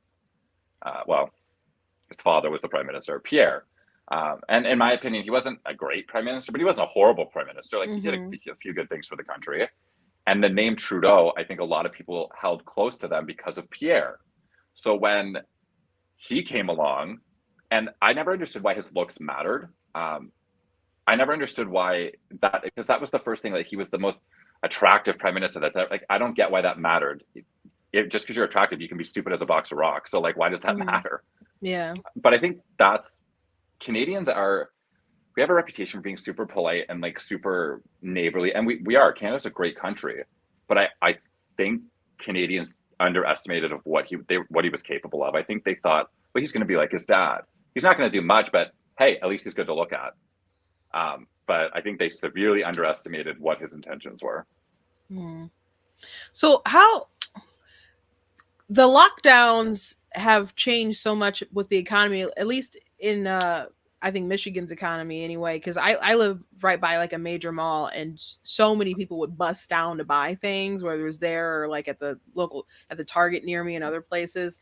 And obviously that clientele isn't there. So with everything still being so shut down, it's just had such a weird impact and changed the climate just at my mall. So I can't even imagine other ways that relationship or that border being so kind of closed off has just affected people. I think when it comes to that, I think it's almost like modern day industrialization. It's you're going to take all of these small businesses that rely on their local communities to survive, and they've put their blood, sweat, and tears, and most of the time their life savings in these stores. I was reading a story about a guy who he had a restaurant for 25 years, and then he couldn't afford to keep it open after 2 years because there just was nothing, and he was on the news crying because he lost everything. He lost everything, because you can't. What's the point of selling a restaurant right now? It'd be worth nothing. Yeah. So the man lost everything. And then you look at companies like Walmart, you look at companies like Loblaws, you look at companies like Amazon, they're making billions of dollars. And my weird thing is, when all this stuff happened, they closed parks, they closed outside trails, you weren't allowed to go anywhere. But yet you could go to a Walmart and be very close to people, and that was fine. You could go to Costco, that was fine. Yeah. You could do all that stuff, but you weren't allowed to walk on trails out in the country. You weren't allowed to bring your kids to the park. You weren't allowed to. The logic behind this is so flawed. And Doug Ford, who's the Premier of Ontario, his crackhead brother was a better politician. Well, he wasn't. His brother was a crackhead, but he also had a brain tumor, so like that's why he was doing crack. But like, and people love Rob Ford. People, even now he's dead, people loved what he did for the city of Toronto. Because I remember an article, they were redoing the chairs or something, and they were going to cost like $1,300 per chair to redo them for this room. And he was like, no, you guys have $50 each. Pick your chair and that's it. That's ridiculous to spend that much money on a chair. Yeah. But his brother isn't like that. Doug Ford I think he's a wolf in sheep's clothing, to be honest. I think he represents himself as a conservative, but he is one of the most liberal conservatives I think I've ever met. Oh. Because when he got elected, he was going to do all these wonderful things for Ontario, and he was going to bring jobs here, this, that, and the other. And then all of the pandemic happened, and he literally just everything Trudeau said, he just, okay. And we have what's called the notwithstanding clause. Every province has one, which means you can go against the federal government. You can say, okay, you're saying we should do all these mandates. I don't agree with that, so I'm going to do what's best for the province I run. So I'm not going to listen to you. Quebec uses it all the time, or parts of it, I should say. And he not once was it brought up that he was going to do this. Nothing. He just listened to him blindly and did everything he said. Wow. So yeah. I know in Michigan, my governor, when she was doing a bunch of crazy stuff, I know there were some people trying to fight back, but I don't know, it kind of seemed like nothing was really like, there was no real opposition to her and some of the stuff that they were trying to do. I mean, and things are really, really run state by state. The biggest move was Biden trying to do the mandates through OSHA, which at first they said they weren't going to do, and that they couldn't do, that they didn't have the legal power to do. And then they went ahead and tried anyway. And thank God there's a conservative leaning in the courts, because if you read like the liberal opinions, they're just based on the dumbest things, and they're like, well, we got consideration to like the COVID and the stuff, and they don't even understand the research. One Sotomayor said like the craziest stuff, like there's all those kids hospitalized and ventilators, just stuff that wasn't true. And I'm like, but what does the law say? What does the law actually say? And that's the only thing you really need to be considering. And even if you do have to like impede on some people's rights, you're supposed to take the most measured response possible. You're not supposed to just like, yeah, you got to be locked down in your house all this time, or you got to lose your job completely, or lose your business, or lose your livelihood, or we have to totally cast you out of society if you don't get this drug that, you know, hasn't been on the market for that long. And yet, you know, so no, they don't care about the law. But it seemed like there wasn't a lot or enough pushback in some states. Of course, Florida, they're like, we're gonna live free. They're so lucky they have Ron DeSantis down there, because I don't know how much you followed his race before, but he was going up against this black guy called his name was Andrew Gillum, and he was a mayor of somewhere, but he had some scandals. And then when Ron DeSantis tried to push him, they tried to make it seem like Ron DeSantis was racist. So, but he ended up winning, I think, by the skin of his teeth, because at the end of the day, there's a lot of people like school choice and other stuff down in Florida, and people don't want their taxes raised when they got out of Florida. But Andrew Gillum ended up in a hotel with, and he's a married man to a woman, but there were some men. There's a man, he was naked, and there were drugs. So, Of course there was. Isn't that like Biden's son? I don't think Hunter is a crackhead, but he hasn't had any fellas. But he is crack, like, for sure. And his sex tapes and like a lot of stuff that doesn't make sense with Hunter and him leaving the laptops and stuff everywhere until you realize he's a crackhead. Then you're like, it makes sense now, because they do things that don't make sense all the time. But Florida, you forget it. Florida is so lucky that they ended up with DeSantis rather than Gillum. They were, I mean, and not just that, but I'm sure they would have lost their freedoms and not be free like they are right now. But and then Andrew Gillum, he's like, well, I'm coming out as bisexual. No dip, Sherlock. Like, obviously you're bisexual. If you're not a straight up homosexual, like, just have like a trophy sort of wife for political reasons, but obviously you're at least bisexual. Yeah. Okay, our premier hasn't been caught in those kind of situations yet. That wouldn't surprise me. But I almost can, like, I have said this since the second election, and this was the ironic part. So he goes on about how like COVID this, COVID that, but then he throws a $600 million election right in the middle of a pandemic, because it's about people's health. Yeah, God, give me a break. But I almost can say next time there's an election, I can almost guarantee he's going to come out as gay or bisexual. Not the premier, but Justin Trudeau. I don't know why. That's what our old premier did, Kathleen Wynne. When she was losing, she came out as a lesbian. And people are like, we don't care that you're gay. You're a fucking horrible leader. You ran this province into the ground. Get out. And then she went about how they didn't vote for her because they're homophobic. And I'm like, I didn't vote for you, and I don't like you. I don't care that you're a lesbian and your husband lives in your basement. That's really weird, but whatever. Why is he in the basement? I don't know. It was like a running joke for a long time. And I was like, that can't be real. And then someone was like, no, the girlfriend moved in upstairs and he moved in the basement. I was like, but like, that can't be. And yeah, I don't know. She's an idiot. But I can almost guarantee that Trudeau has always had a really weird infatuation with gay people. He goes to all of the gay prides. I'm not saying that like a leader shouldn't, but like, there's something off about it. He's going to come out as bi or gay or something. It's going to be something. And I don't think it'll be part of it'll be for votes, but I also think part of it is because I think he's a big homo. There's something very weird about him, and not because he's gay, like I'm gay, that's not it. But like, I think he invests too much time and energy into the stupidest things. Like, gay people are not oppressed in Canada. We have all of the same rights that everyone else does. Why do we even have a gay pride anymore?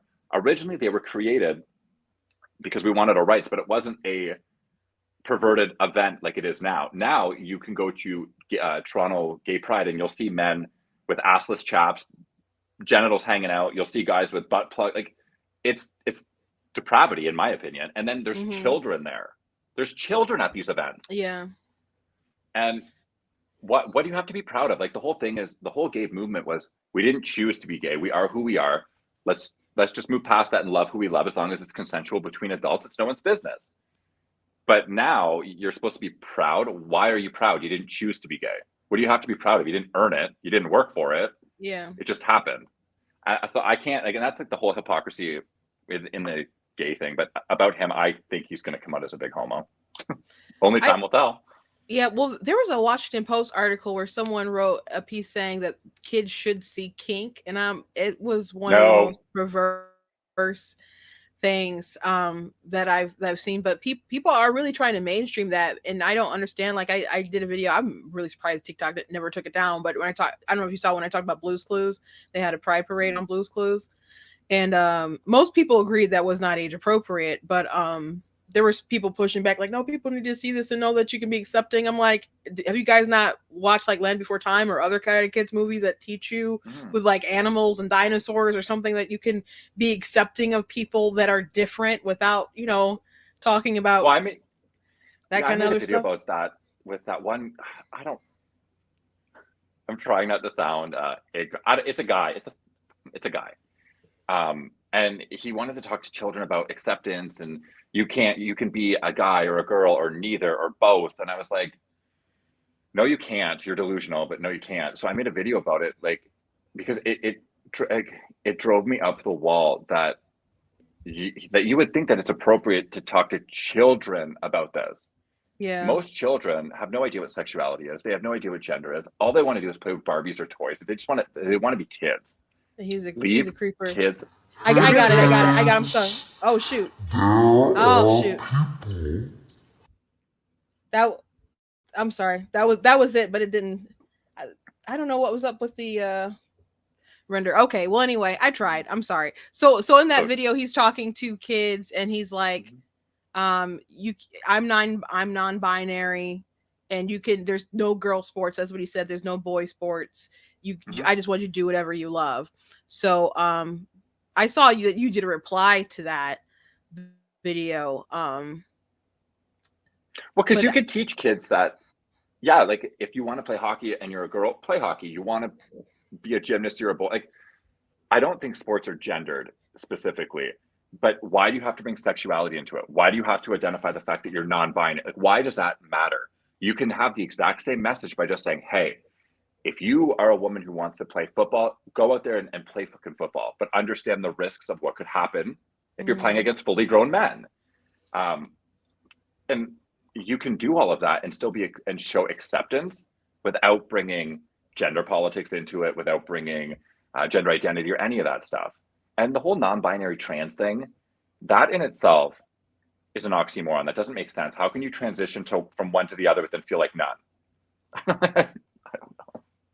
Well, I mean, I guess they're different things, and I don't buy into, I guess, all that stuff anyway. But saying that there's no girl sports, no boy sports, I'm like, but all those things are not based off of identity. They're based off of biology, what you can physically do. So I mean, we have different protections, at least in our code and our U.S. law and stuff, for the separation of those. So women could have a chance. I hated like having to play. I mean, if we played like volleyball or something in gym or something, and it was like a field day or something, and all the girls and guys are playing together. First of all, the guys did not play accurately with volleyball and the rules, or like palms would touch the ball when they did different stuff in the way. Anyway, they didn't care about the rules, and I was actually on the volleyball team, so I was like, that's like, I'm sticking the mud. What can I say? But they were so much more powerful. They could spike the ball and like hit it overhand in ways that other girls like couldn't. They were just far more physically superior. They just were. And I'm a stronger, bigger girl, and I can do my best, but it's still not the same as a man. I mean, I could take out a couple men, but like, men are just naturally stronger. Yeah, because we have testosterone, and the way we build muscle is our muscle density is much greater than that of a female. And that's the one thing I never understood. And these are the people who say with the COVID thing, follow the science. But then when it comes to their own narrative, science doesn't exist. Yeah. It doesn't make any sense, and it's really, I don't understand why you don't want people to have to feel like an outcast because of how they internally feel about themselves. You don't want that, and I wouldn't wish gender dysphoria on anyone. But why is there no consideration to women? Like the Well, I don't know if you've seen like the Penn State University swimmer guy who's like beating women by 40 seconds. yeah, and then the runners. Yeah, but they're saying that he's still attracted to women, that and that he was in the locker room and he's not always covering up. Sometimes they see his stuff, and I'm like, how can you not care that women are uncomfortable with that? I would be so uncomfortable. I was uncomfortable in high school just being around other girls too. I would go like in the stalls. Like I didn't get over that until I was like older, like going to the gym and other stuff like that, and wouldn't be like, let me hide in the bathroom while I change. But people feel all kinds of ways. So why is there no consideration to the women? And these are the same people that are saying empower women kind, or whatever I don't know. There's a terminology they use, but these are the same people that are saying that, while completely denying the fact, and you will never convince me, I don't care. You could be on estrogen for 30 years. If you went through a male puberty, you will always have a biological advantage over a female when it comes to athletics. There's a power lifter who's killing it when it comes to female competitions, but he was a power lifter as a man and sucked, didn't win anything. And now he's like a woman's champion. And I'm like, okay, but you literally have the muscles of a man because you were a power lifter as a man. Like, give me a break. And then the dumbest thing I've heard is that they don't need to be on estrogen to be, and you don't need to chemically whatever to be transgender. But so you're going to tell me that a fully grown man that has the physique of a man is refusing to take estrogen, but now wants to compete against women with a fully functioning male body.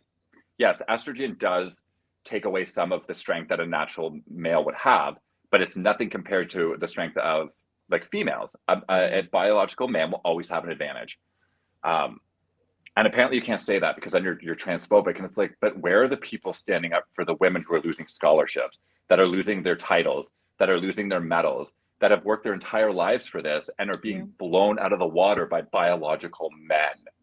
Like the first general, whatever, in the US is a trans, like, why would you call it, like, it's not I don't know. I understand that if you're transgender, that's your business. You want to live your life. Cool. I will respect you as such. If I can tell that you're trying to present as a woman, I'll address you as a woman. I'm not a dick about it. The same with a man. But why do we feed the delusion that they're equal or the same to a biological female when they're just not? They're just not. Yeah, and if you don't need, you talk about how you don't need to take estrogen to identify as a woman. Well, you don't need to play in a woman's sports to still identify as a woman. Why not just, you can continue playing with men? It just seems like you're trying to be part of the cash cow, or you're trying to cause controversy, and you live off that, or you want the adoration, you want the fame, you want the title and all those things. Otherwise you can just go compete with other men and continue to lose like you were probably losing before. But now you're coming over to the women's team. Like, I think that swimmer was like ranked 400 and something, and all of a sudden now he's like number 1. So that's a biology. But that is that's what happens when you dismantle cisgender privilege, I guess, and you want to do the equity thing, and you start chopping off everybody's legs to try to create your Frankenstein monster of your utopia world. And when people say like gender is a social construct, I have a hard time buying into that argument that it's a social. Yes and no to certain degrees, because if you look at the way that hormones interact on males and females, like you have progesterone, you have estrogen, and they're going to make you more of a emotional, not that all women are like this, but it's more, their responses come from more emotion. Their responses and the way they think about the world are tied to emotion typically. Whereas men's responses typically come from testosterone, and it's not driven by emotion. And the thing I have like with that is that there is a biological difference. Even if you look back millennia, women typically took care of children, men went out and hunted. Even with hunter-gatherer civilizations, this is how it typically worked. So to say that it's a social construct when they didn't even know what the hell any of this stuff was thousands of years ago is ridiculous to me. There are certain things that I believe have been added to that as a social construct for sure, but the entire premise of the responsibilities of a man and a woman, in my opinion, isn't a social construct. It's bred into your DNA. Yeah. But then people want to go along with the constructs to like they buy into the gender constructs in order to identify that certain way. And then there a lot of those things are stereotypical. Like I asked somebody like, why do you feel like a woman? And they were like, because I like to wear dresses and makeup, and they would name things that you could still do and be a cross dresser, I guess, you know. And I'm like, but not all women. And I said, I'm not trying to be a jerk about it, but not all women like the things that you just named, you know. And if this was the 1700s, you would have been a typical male for wearing high heels and makeup. You would have been the average male in society. You wouldn't have been a woman, because high heels were created for men. Men started to wear makeup around the same time women did. Like there wasn't a sexual divide based on gender. So if you had existed 300 years ago, you would have been a typical male. So how does that equate to now you're a woman because you want to wear high heels and makeup? Like, live your life. If that's what you want to do, your business. But there's so much more to women than their external appearances. Women, and I understand that all women, natural born women, can do this, but like they give birth, like they can give life to another person. Like that is uniquely feminine. No man will ever be able to do that. Hey, sir, there's pregnant emojis now for men, so you're going a little too far now. Wow, the emojis have spoken. The emojis have spoken, sir.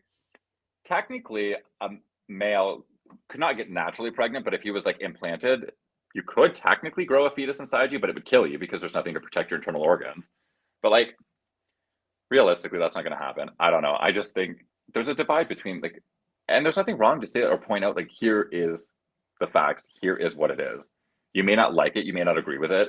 And if it makes you feel like less of a person, that's your problem. That's an issue you need to resolve. I shouldn't have to agree with your delusion for you to feel validation when you're an adult, and you should be able to validate yourself. Let me ask you this question, because there was a law that Canada just passed. I believe it passed anyway. I heard Matt Walsh and stuff talking about it on his show about, they were talking about conversion therapy, and people hear conversion therapy and I think they think like shock therapy. But it was like you can't do anything to change anybody's sexual orientation or their gender ideology.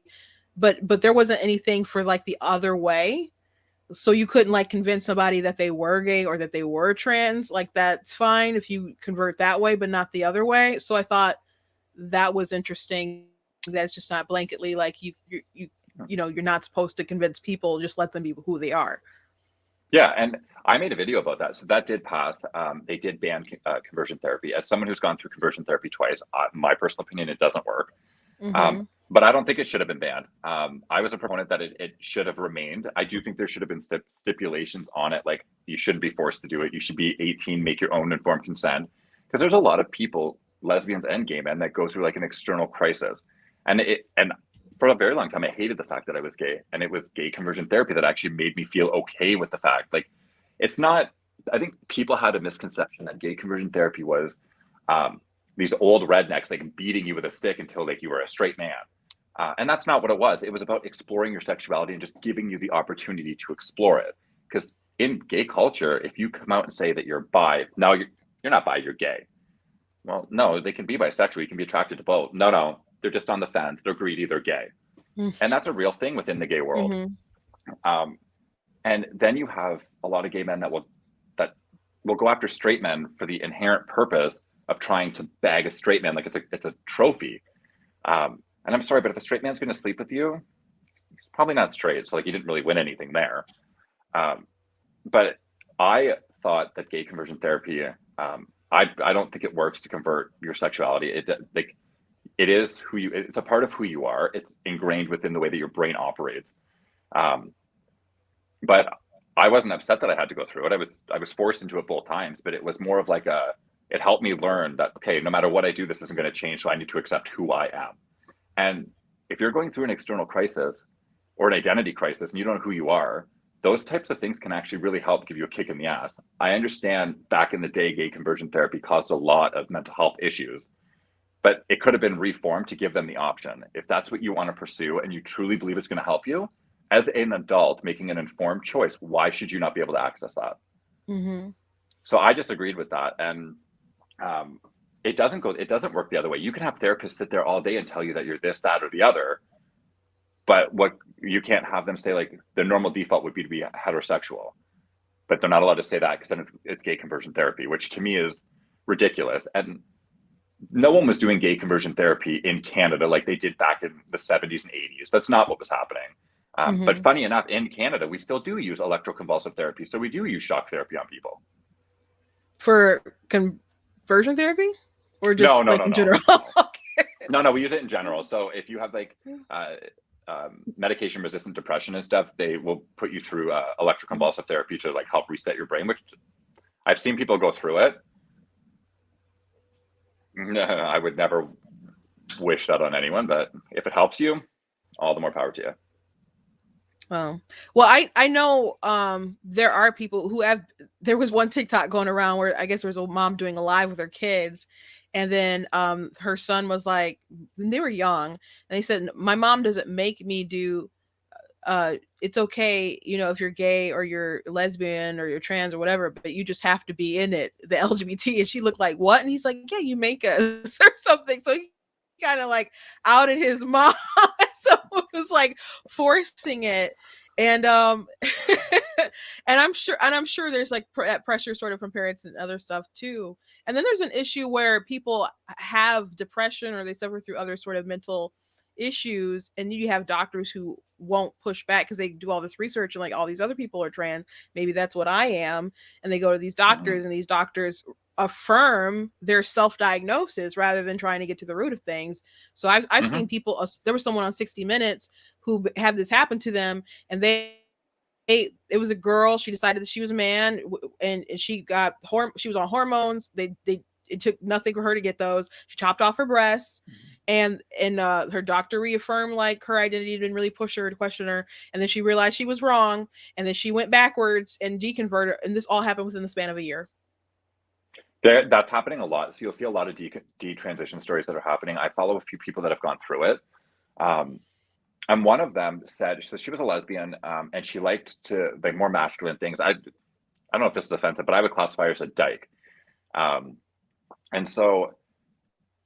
I guess when she had expressed these feelings to people, be like, no, you're a man, like you're trans, that's trans. And so she bought into it all. She went on hormones. It ruined her singing voice. She had a beautiful voice before, and now she can't reach half the note she did because it like testosterone changes your vocal cords. And then she realized, wait a minute, I'm wrong. This isn't what I want to do. But the damage is done. You can't reverse that. And the surgery to make your voice higher doesn't always work. Like it's a very risky surgery. So, and then when she had told people, and she had said, like, even the thought of me saying, I don't know if I am trans, to her friends would be enough for them to attack her, be like, no, this is what you are. And it's like, well, how do you know? You're not in her head. And I think coercion is a huge thing. And if you look at the suicide rates, everyone likes to say they commit suicide after transition, not because that they're being not because they're trans, but because society doesn't accept them. No, not really. In reality, a lot of times people will realize, what did I do? I've mutilated my body to the point that I can't reverse it. And then they start to experience actual gender dysphoria because now they're in the wrong body. And a lot of them can't deal with it. And there are people who are truly trans. Like I follow a trans YouTuber named Blair White. I love her content. Yeah, I love her content. And she's made multiple videos on this type of topic. But you can tell by the way she talks about it, like she's a transgender woman. And then you talk about other people who are trans, but it's like the buzzwords. It's the attention part of it. Because back in the day, being gay, you got attention for it. It wasn't good attention, but you were like an oppressed group of people. Now you can't claim that. You're not important. Like you are just a run-of-the-mill average regular person, but because the trans thing is such a hot topic right now, everyone and their uncle is fucking trans. And I'm sorry, but give it 10, 15 years, you're going to see a lot of mental health crisis due to this very specific time in history. Well, I think a lot of things like... I was going to say, I think so many people get upset about the detransition because, well, there has to be a lot of buy-in, like that you have to say my pronouns and stuff, because it really, if that's how you feel, that's how you feel, but they need everyone to sort of affirm this sort of worldview. And so you get other people who, so many clusters of like young women will kind of get together and do this. I saw one video where there was a bunch of young girls and one of them announced like, I'm a boy, and they all just start like cheering and clapping. I'm like, why are they so excited about this? I think it's that they've tried to drive a divide, and you've noticed that a lot of people who detransition are women. A lot of people who are coming out as trans are women turning into men. And I think that stems from the fact that within politics, especially, they try and do the whole, like, there's the pay inequality, there's this, men are treated better, there's men are they literally say men are the better sex without saying it. They try and downbeat it, but like, you understand what they're trying to say. So then you get these little girls who are like, well, I'll never be able to make as much as a man. I should be a man. You get all these little girls who are like, well, I want to have this advantage in society because men have it. And the reality is men typically are more assertive in certain positions. So they understand their worth. Not that women don't, but men will go after typically more what they want. Like, when I took this second job, I get paid far more than anyone that I work with because I know my value, I know my worth, and this is what I was willing to accept this and nothing else. And they agreed to it. Where most times women are like, okay, thanks for the job, and they're just happy with whatever it is. And I think they should be more assertive in those situations, but it's not because they're paying me. It's not because they're paying me more for the fact that I'm a man. It's because I have 5 university degrees. I have years of experience in this field. I'm sorry, but a DSW shouldn't get paid the same as me when I'm a licensed behavioral therapist.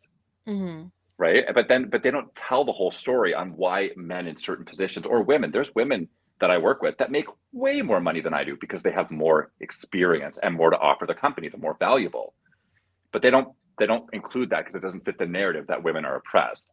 And it's almost like the left are the ones that are oppressing them, though. And then you get all these young girls who don't know the difference, and their parents aren't educated enough on the topic to tell them that that's not right.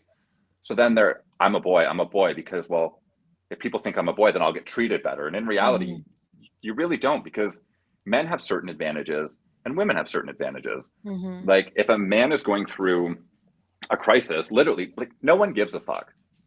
I know people do care, but in the retrospect of things, no one really cares. And I know that was a trend on TikTok, but that's true. A lot of men feel that way. You know, I agree with you. Like, there was one video that Jordan Peterson did, and he was like, sort of cry. I don't even remember what it was about. We need it was, men, yeah. Yeah, and he was crying, and so there was like a trend of other women just like feminists like laughing and mocking that sort of sincerity. And it's like, you guys talk about men because they won't open up about their feelings, and when they do, you want to trash them. So my dad is a pussy. You call them. My dad is very masculine, very macho, but he will cry faster than my mom will. I could probably count on one hand how many times I've seen my mom cry. Well, maybe both now, because she was really upset when my dad had COVID in 2020. So that was a really rough time. But he's like, he saw the movie Patriot, and the little girl said Papa, whatever, to Mel Gibson. So for the longest time, my youngest sister would go up to Dad and say, "It's Papa," and then because he loves his children, he loves his girls, and so he could cry to turn, just a drop of a hat, basically. But he's still, masculine. Doesn't take away from his masculinity, but. And I, Jordan Peterson, he should be able to be masculine and be able to still let out his feelings, but they want to mock him because they don't like what he says. And that is so ironic, because these are the same people that are saying that men are socially conditioned to be aggressive and violent and blah, blah, blah, blah, blah. I saw that video with him when he was explaining the reasons why infrastructures exist the way that they do. And it isn't just men, women, like, they help along the way and stuff, but like, a large portion of infrastructures exist because men put the work in to do all of it. Men took the risk to go on these giant skyscrapers. And a lot of them died doing this work. And there's none of that. It's all forgotten. And I think you see a lot of feminists, and to me, feminism isn't about equality. It's about being superior. It has nothing to do with about being equal to a man or any of that. It's about being superior. And these are the same women that'll mock a man who doesn't show emotion. Like, my dad is he's a redneck through and through. And he's from the Netherlands, but they don't show emotion. I've only ever seen my dad cry once, and that's when he apologized to me for the whole gay thing when I was a teenager. And that's the only time I've ever seen my dad cry, except for when his wife passed away from cancer. Other than that, my dad is literally the type of, it is what it is, move on, get over it. Even with the whole trucker thing, he's like, I feel sympathetic, but move on, get over it. That's his approach to life. And it's because his mother, anytime he would show emotion, like, candy was a big thing back in the day, and fruit and all this crap. And that's what you would call men. So you were devaluing their masculinity. And then you got angry when they didn't open up, or when they got aggressive and violent. Not that anyone should, but if you're Mhm. not openly allowed to express how you feel, it's going to build up to the point you're going to explode, and typically that comes out in violence. So I think allowing men to express how they feel about things is, there's nothing wrong with that. Like, we do have emotions, we do feel things, um, but it's the whole being compared to like you're weak, or, and for a long time it was, if you showed emotion, you were a fag, you were this, that, or the other. Um, and I think it's like an internalized thing that society has put on men, that you don't show your emotion. Like the video I was referencing was a young guy, um, and it was a question of who would you call if you were having a crisis, and this young guy said no one, because no one cares. And he's I like, saw that. he went to the hospital with the suicidal thing, and they just threw, and it happens all the time, and that's why men commit suicide twice as much as women. And they do it in more of a violent way because they can't show how they feel inside, so they're going to show it through their death. That's why they'll shoot themselves, or they'll and when women have suicidal ideations, they will contemplate everything for a good period of time. Mhm. When men have suicidal ideations, it's typically within 30 minutes that they think about it, that they'll kill themselves. It's not a long drawn out process. It's not a I'm going to think about the consequences. It's okay, I want to kill myself, and they do it. Wow. um, and a lot of people don't know that, and then they think that, well, men should just get over it. Well, there's a lot of things that society as a whole have done to men that needs to be healed, but you can't talk about that because men are just, in today's world, a piece of shit. And I don't know, it is aggravating sometimes. I want to ask about, before we go, and I apologize for like my videos being all wonky. I checked them all on my computer, but I didn't check them all No when I worries. was trying to stream, so all the code is like messed up, and I did like downloaded them and used them in like a different kind of way. So I do apologize, but in Canada, I know BLM bought a building for and it was like the former communist building. So how big is BLM in Canada compared to, like, I mean, US is crazy, and they're not as big BLM now. is not, it was, I think, a bigger thing than it is now. I think more people have understood that the people who created BLM are nothing but thieves and embezzlers. Like, you had what, like it was 60 or 90 million dollars, and nothing went to help anyone. Like, Mhm. where is that money? That was weird to me. But then It our was prime it was minister nine it supported was that. 90 million, and they pocketed 60, like they were going to reinvest it, they claimed, and then they gave like, and they started dishing it out to different groups. And so most people think BLM is like police brutality invested back in communities and stuff like that, but they actually gave like, they awarded to like maybe about 30 different groups, but the majority of them were like LGBT stuff, which the three Mm-hmm. women who started are, I believe they're all lesbians, and they're Marxists, and that's Mm-hmm. their ideology. They were asked like, well, is BLM going to fizzle out like other stuff? Like, what's your Yeah. ideology? And she's like, we're all trained Marxists. So people get mad when you keep comparing stuff to Marxists, but it's like, that's what they said BLM's ideology is. And So they just bought a huge building in Canada, and that people are complaining about how much that is to waste. But that's like going to be some kind of like art center for like queer folk or something. Like, I didn't even know that. Like, I know, but that's ironic you say that. So in Canada, I know when like gay pride stuff was happening, BLM crashed gay pride and took over the entire event because mm-hmm. she wasn't being heard. And then you could hear people in the audience like, "We don't give a shit. Shut the fuck up. Yeah, I saw that. You can't talk to me like that." It's like, well, yeah, we can. You're not special because you're black. But they did that quite a bit, where they would literally just start screaming and yelling, and they would jump on the stage and they would take over the entire event. And then people got tired of it. Like, again, we're very polite people, but like, I don't want to hear you spew bullshit. Like, I don't care. I really don't care. And no one else does either. And I think in Canada, the reason why it's not so polarized is because it's not on the news. You don't hear about it. Like, people, I think, genuinely understand that in Canada, we have a bigger issue with how we treat our native populations than how black people are treated. Mm-hmm. So all of our anger towards our government and what has happened with the residential schools goes towards the native populations and the fact that they don't have clean drinking water. And people think this happened because when the BLM screaming about slavery, that happened years, like a long time ago. But people don't understand that residential schools in Canada did not close until 1996. Like, they were alive within my lifetime. I lived down the street in a group home from a residential school, and you could see these, like, it was in Cambridge, Ontario, but like, it was horrifying, the stuff that they did to these kids and how they were thrown aside and they were treated like trash and garbage. And these reservations are, a lot of the times they need a lot of work and they need a lot of help, and the government does nothing. And so I think a lot of our frustration and anger, instead of being placed with BLM, goes to the fact that our own Native populations get treated like shit. And that's what people are angry about. Because if you ask people, like, what's BLM up to now? I don't think the average Canadian could give you an answer, because we don't care. We have our own issues with the Native populations that we need to resolve and we need to fix.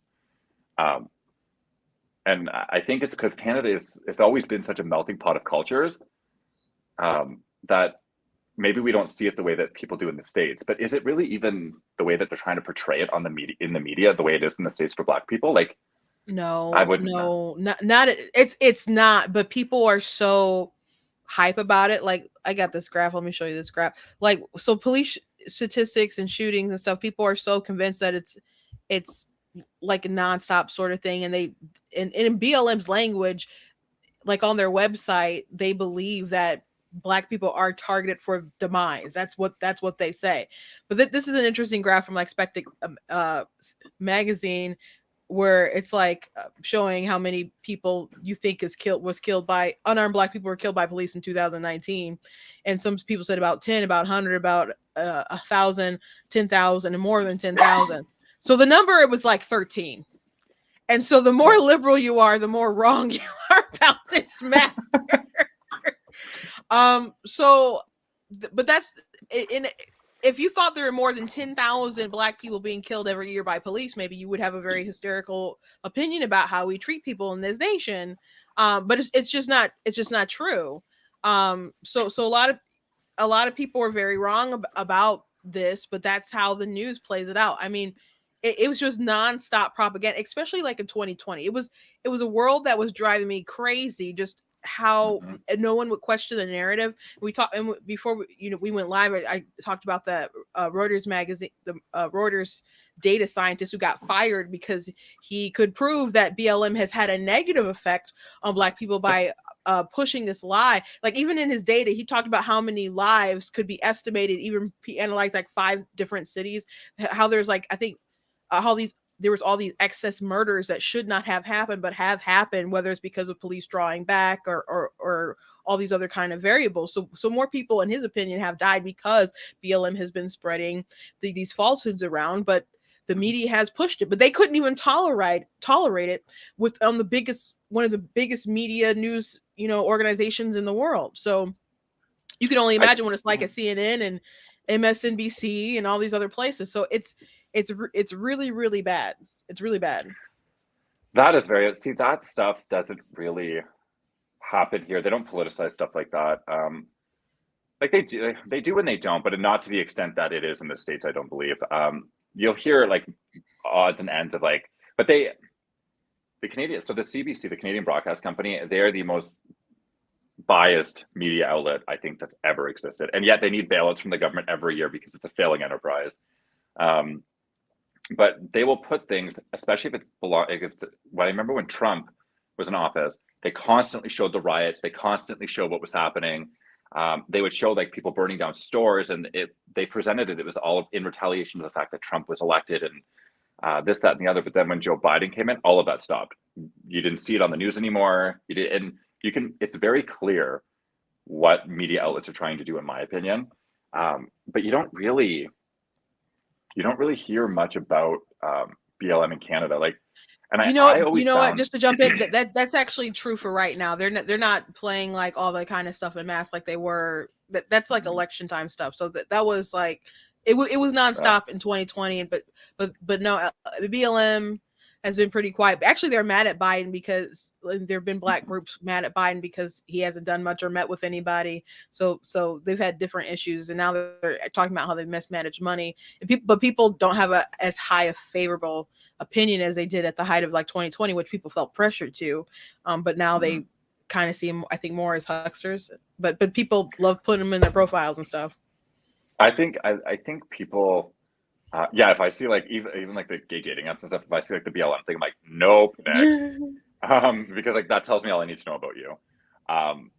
But I think that I don't know, when it comes to like how we view stuff like that, I just don't think the average Canadian really cares that much about it, because that stuff doesn't happen. Like, people die every day. People get shot by police all the time. And then you can't say that like they're targeting Black people when the majority of police killings are white people. So shouldn't it be they're targeting white people? Like, shouldn't it be like white lives matter? You can't say that because that's racist. So it's like the hypocrisy in itself is, I think, just, it's ridiculous. And I just don't think people in Canada, like, we have our own issues with the Native populations, like I had said, that like we're trying to push our government to deal with. Like Justin Trudeau, for an example, he was the people for the natives. He was going to help bring clean drinking water. No one talks about the fact that this man in his first year as a prime minister spent more money than any other prime minister in court fighting the native population so he didn't have to help them. But no one talks about that. No, I didn't know that.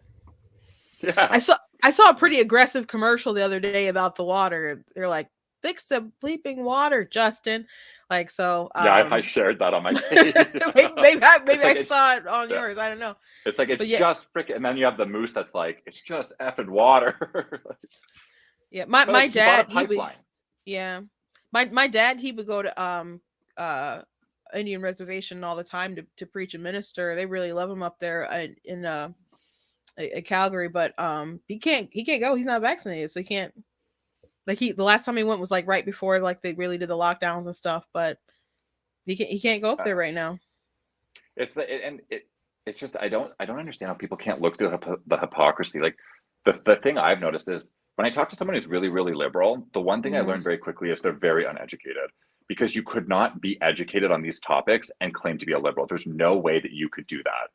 So when and the gay population, I think they feel obligated to be a liberal, which I don't owe my vote to anyone. I don't owe the way I think to anyone. So that's not gonna, but I think when I've spoken to a few people that are gay, like in whatever, and they're super liberal, I'm like, they'll bring up certain things. I'm like, but that's not how that happened though. Here are the actual facts. You're a racist. Okay, but wait, we're not even talking about race. How am I a racist? What? And the big one is transphobic. And I was like, well, I'm not scared of what? Like, that doesn't make sense. We're not even talking about that. Like, I had a conversation with a gay dairy farmer, and he voted for the PPC, yet the PPC was the party that wanted to take away privatized quota for dairy farmers, which would essentially destroy their businesses. And I was like, why would you vote for him? And he's like, because it creates division and it screws over the conservatives. And I'm like, so you would take the risk to ruin your entire family company on the off chance that you're going to divide the vote? That doesn't even make sense. Why wouldn't you just vote liberal? Yeah. But they think they're doing something special. Well, and it was crazy when Biden first got in and he started writing his executive orders out and was going to shut down pipelines. And there was people like different unions like, oh, wait a second. And I'm like, bruh, like, he flat out told you what he was going to do. And then like the media would try to cover it and be like, no, he didn't say he would do all this. And Trump literally had to go to rallies and play like the video clip. He'd get these huge projectors and be like, roll the tape. and so people could see, so he could draw attention to what Biden said. And then when it happened, they're just like, why would you do this? We're very sad. We're very upset. We're like, well, you should have been upset prior to giving him the power to do this. Yeah, like, our prime minister can't give the reservations clean drinking water, but he can stop a pipeline, and he actually invested in that pipeline. So he owns a percentage of it now, which I don't think politicians should be able to do. It's not an active pipeline because he refuses to use it for the oil. But so you spent hundreds of millions of dollars stopping the production of this when you could have taken that money and given reservations. You could have piped in clean drinking water to all these reservations. But it was more important for what? To charge it. So we have a bullshit carbon tax. That's why our gas is so high now. So he charges us a carbon tax on almost everything.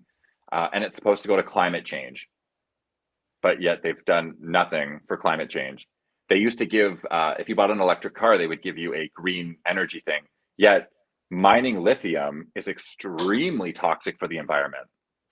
But like, you're going to destroy the environment, but no one talks about it. Like, it's, the more you learn about it, the more you're like, you can't. There's just no way that you would be able to support these kind of people.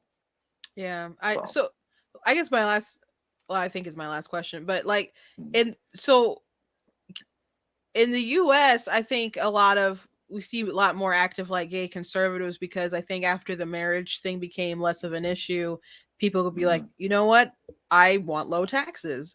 And so once there was that, I guess not kind of being the big controversial thing, they could talk about other issues. And so but I mean, Canada's been like further up on the ball than that. So is there a bigger population of gay conservatives out in Canada, or what's kind of stopping that? I think there is that's a good question. I have not met too many other gay conservatives, to be honest. I think they exist. I think they identify themselves as moderate, because I think the conservative thing is like, I don't want to be called like a racist. I don't want people to like attack my job, because gay people, like, they turn into a lynch mob when you don't agree with their ideology, when you don't agree with them as a whole. They will turn into a lynch mob and they will destroy your life, or they will try their best to do so. And so I think a lot of people don't want to risk the fact, or they don't want to risk everything they've worked for being taken away because someone somewhere called them a racist because they didn't agree with the liberal ideology. Whereas me, I don't care. I go for it. Good luck trying to figure out why I work.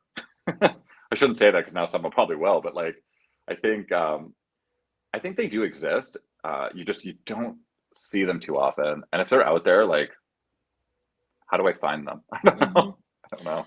So let me ask you. So why in Canada, how did it shift where this focus, where the liberals are good and the conservatives are racist? Where can you kind of pinpoint that? Is it just something kind of spilled over from the US sort of thinking about that, or is there like a reason? A lot of it, I think, started with Harper and not wanting to approve gay marriage and using religious reasons to not do so. I think that really turned a lot of people's opinions on what the Conservative Party actually means.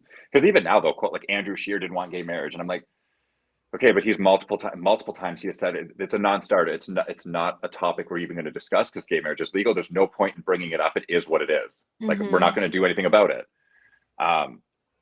But I think there was such a push, I think, in like the early 2000s for Canadians to stand up for the people who couldn't speak for themselves and to do the right thing. And at that time, it just so happened to be that it was the Liberals that were pushing, I wouldn't say the right thing, but it was the Liberals that were pushing what people were angry about, which would be like gay marriage and all this other crap. And I think a lot of people just stuck with it. They didn't know. They don't know any better. And the Liberals do a very good job of like keeping people within this like victim mentality of like, we're still oppressed. We still have so much fighting to do. We still have, and in reality, no, you don't. Like, yeah, there's people, there's ignorant people everywhere. Like, you're going to get like, sometimes you'll get called names. Like, there's ignorant people everywhere, but the vast majority of Canadians aren't like that. And they don't care. Like, I get more support from the conservative people who follow me than I have ever gotten from any liberal that's followed me. Yeah. So. Well, in the US, I can say, I don't know if you saw any TikToks where I talked about I went undercover at a Democratic Party picnic and they didn't know I was a Republican and just, showed up. They had no reason to suspect that I wasn't, I suppose, a Democrat, but that they kept talking about empathy. We're the party of empathy. Republicans don't care about anybody. I heard someone say Trump doesn't care about anyone. I'm just thinking, he don't care about his kids? Like nobody? But that's what they kept saying. And it wasn't just like fringe people in the crowd. It was like party leadership. Like one of our Michigan Supreme Court justices was there and he said, I like being a Democrat because we actually care about people. And I've never heard a Republican justice say, or conservative justice say anything along those lines at all. And I've been to events and heard them speak nothing like that. But they just believe that they are they have the empathy and the Republicans don't, or at least that's what they push. And if you really like analyze and thought about it, it wouldn't make sense because, of course, like Trump cares about his kids. Trump cares about people in his circle. Trump cares about his wife. At least, I mean, I think he really cares about her. But even people who hate him could just say he cares at least a little bit about them. So the argument would fall apart if people thought about it.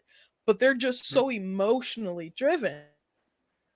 And see, that's I think what drove me more to like. So I started off, I would say I was definitely a liberal when I was a teenager. And then I started off as I identified as a libertarian. And then I was like, no. So now I wouldn't consider myself like far right, but I definitely stand on the conservative side pretty far, especially when it comes to fiscal responsibility. But I think what liberals do is they play on your emotion, on your empathy for people, on your wantingness to make people happy and just to have an overall good society. They have no plan on how they're going to achieve that. They have no plan or budget on how they're actually going to do anything to help people, but emotion will drive a lot of people's decisions. Whereas conservatives are very fact-based. This is what it is. Here are the laws. You're allowed to do this. You're not allowed to do this. It's very clear. It's cut and dry. And that's why I think resonate with them, for the fact is like, it's logic. It's logic is when they speak, it's logic. Whereas when a liberal talks, like they do like word salad, where you're like, what are you trying to say? Like, what? And I think that's why a lot of people, if you play on people's emotions, they're more likely to do things you want them to do. That's why manipulation is such a big thing. When you want someone to do something, you can modify behavior by manipulating a person. Yeah. And when you do it on a mass scale, like liberals typically do, the unfortunate part is it'll work in your favor, because then you'll have your family say, let's say you're a conservative and your brother is a liberal. Your brother will come to you all emotional, be like, you didn't know this, like this is what they're doing. And then they play on other people's heartstrings to say, like, if you care about me, you're going to join my party. You're going to join what I believe in. Yeah. And because, well, you care about your brother, well, you're typically going to do that. But I think like conservatives, for the most part, it's logic based, it's fact based. It's these are the rules and you play within them. That's how our society operates. Where liberals just seem to bend rules whatever way they see fit. Yeah, I'd agree with that. And it's not that conservatives get everything right, because sometimes they'll be wrong, but you just have to present the data and then be like, oh, well, let me think about it from a different perspective or something. But and there's so much narrative I feel that the left has to push to. Like I one thing that should have been able to like bring people together, I think, which obviously can't because the left really pushed a narrative to destroy this kid. But during the Rittenhouse case, if you want to say that, like, for example, if you say the police system and justice system is corrupt, the left could have gone, hey guys, you see this kid was maliciously prosecuted. Can you imagine that this happens to other people? And what other choice will we have but to go, you know what, you have a point. and just show me like a case where something like that is happening. We can we try to work on it together. But of course you really can't do that, because it was the left that was like trying to destroy this kid for their narrative. Well, so this should have been an opportunity. We should come together, because he was like maliciously prosecuted. And they used the dumbest arguments to try to come for this kid. And actually like the main DA, I believe, like passed up on it, and then like Binger and them, they took on the case, and they really shouldn't have. And I'm so glad he got off, because if there was no self-defense in that case, I don't know how other people would get off on self-defense. Well, then your constitution's completely flawed if there was no, like, when I was watching all of that, I would hear people make videos about it and talk about it, and I'm like, I'm not even American, and I know that's not true. Like, I did a little bit of research on that, because people are like, he shot these people, he's racist, and then I looked into it and I was like, he shot a child predator, he shot a person who like abused his girlfriend or mother, like, and they were white. So like, where does the race part come in? And then they would be like, he's doing this weird hand movement, it means like white supremacy. And I'm like, no, in survival camping, it means, okay, like I'm good. It doesn't mean white supremacy. I don't know where that came from. But as I'm watching all of this, it's like, and then people would make things up about how he drove across state lines with a weapon. And I'm like, okay, but if all the information's there, like, you can't be this stupid. You cannot be this stupid. And then when he was found not guilty, they were like, and this is the day that our justice system fails us. And I'm like, no, this is the day that your justice system upholds your constitutional rights. You should be proud that your justice system didn't give in to public scrutiny and didn't give in to public pressure and actually upheld your constitutional rights. So many people I knew were so concerned, especially people who they're like, I carry all the time. Like, what will happen? Like, I carry all the time. And so, and I know some people can't imagine, like, why would you need a gun everywhere? Because people are crazy. People are crazy sometimes. Yeah. And the likelihood of and this is the thing that annoys me about Canada. So we have very, very strict gun laws, and it doesn't stop gun violence at all. So the delusion that it's going to stop gun violence, that it doesn't, because typically people who are going to use a weapon are not law-abiding citizens. They don't give a shit about your restrictions. And so from research that I've done, the more a society carries weapons to protect themselves, the less likely someone is to be assaulted, to be raped, to be because you don't know if that person can fatally defend themselves. Yeah. If I'm in a society where the chances are pretty good that someone has a gun on them, I'm probably not going to go up and assault someone randomly and try to rob them, because they could shoot me. Yeah. So I think that, and I'm the woman who took over the conservative, she's the interim conservative leader. She tried to push a bill through that would lessen our gun restrictions and allow us to actually have guns like we used to. So hopefully when the conservatives take over, that they look into that, because our gun laws are. And did you see the thing with Trudeau? Was like, I banned all these guns. Mm-mm. If you look through the list of guns that this idiot banned, they were banned in the 80s. He didn't do anything special. Like a lot of these weapons that he banned were already restricted and prohibited. You couldn't own them anyways. Like, that's how people talk about gun laws. They, you know, they'll like, well, we need this background check. We need this background. I was like, people already do those sort of things. Yeah. Like, you're not supposed to be able to have a gun if you do this and this when you look into it. So, but here you can't even hunt with a compound. So I enjoy hunting, I enjoy fishing, I enjoy all of that, and I wanted to get into hunting with a compound bow. And I couldn't get a hunting license unless I had a gun license to hunt with a compound bow. And then I found out that in Ontario, you need a license to operate a compound bow. So you can't get a bow unless you have a gun license? Oh no, you can buy the bow. You just can't use it for hunting if you don't have a gun license. But then good luck getting a gun license. They're extremely difficult to get. And you have to take all these courses, which cost thousands of dollars. And the average person in Canada, like, I don't think I had seen a gun besides on a police officer until I was in my 20s. And it was because my great uncle has rifles coming out his ass. He's owned them for years. But that was the first time I've actually seen a gun up close and personal, was when I went to his house in my 20s. Wow. Yeah, besides police, but their guns are so shielded that you know it's a gun, but you can't see the gun. But like, they make it so difficult. So like, I was like, I just want a hunting license so I can hunt with a compound bow. Nope, you have to have a gun registration attached to your hunting license before they will give you the permit to go hunting, before you get the permit to get the compound bow. So that is wild to me. That is wild to me. Just want to shoot, man. Just wants to shoot an arrow. Yeah, like, and I've used the compound bow a few times, but like the likelihood of actually going to hit anything in the first like little bit is probably slim to none. So like, these animals are safe. Like, I'm probably going to hurt myself. Let's be real. But like, no. And then I tried to talk to the gun license about it, like the ministry, about, is there a way to bypass this? In other provinces that are more conservative, like Alberta, this stuff isn't a thing. They still have strict gun laws, but not like they do in Ontario.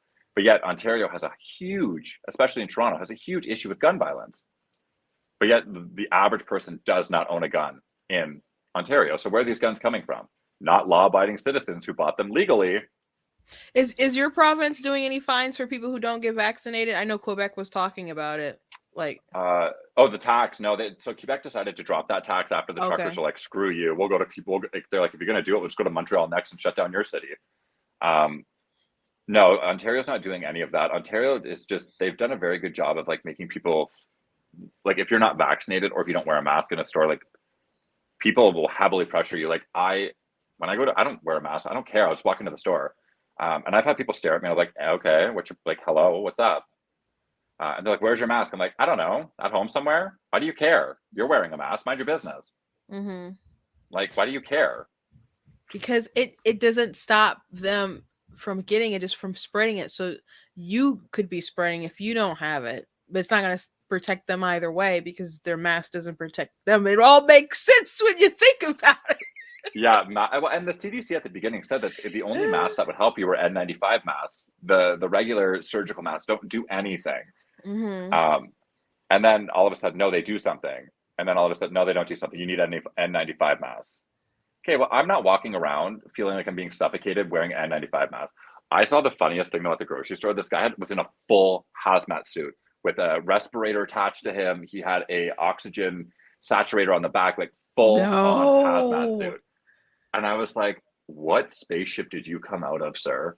I wish I would have seen something like that in real life. That is crazy.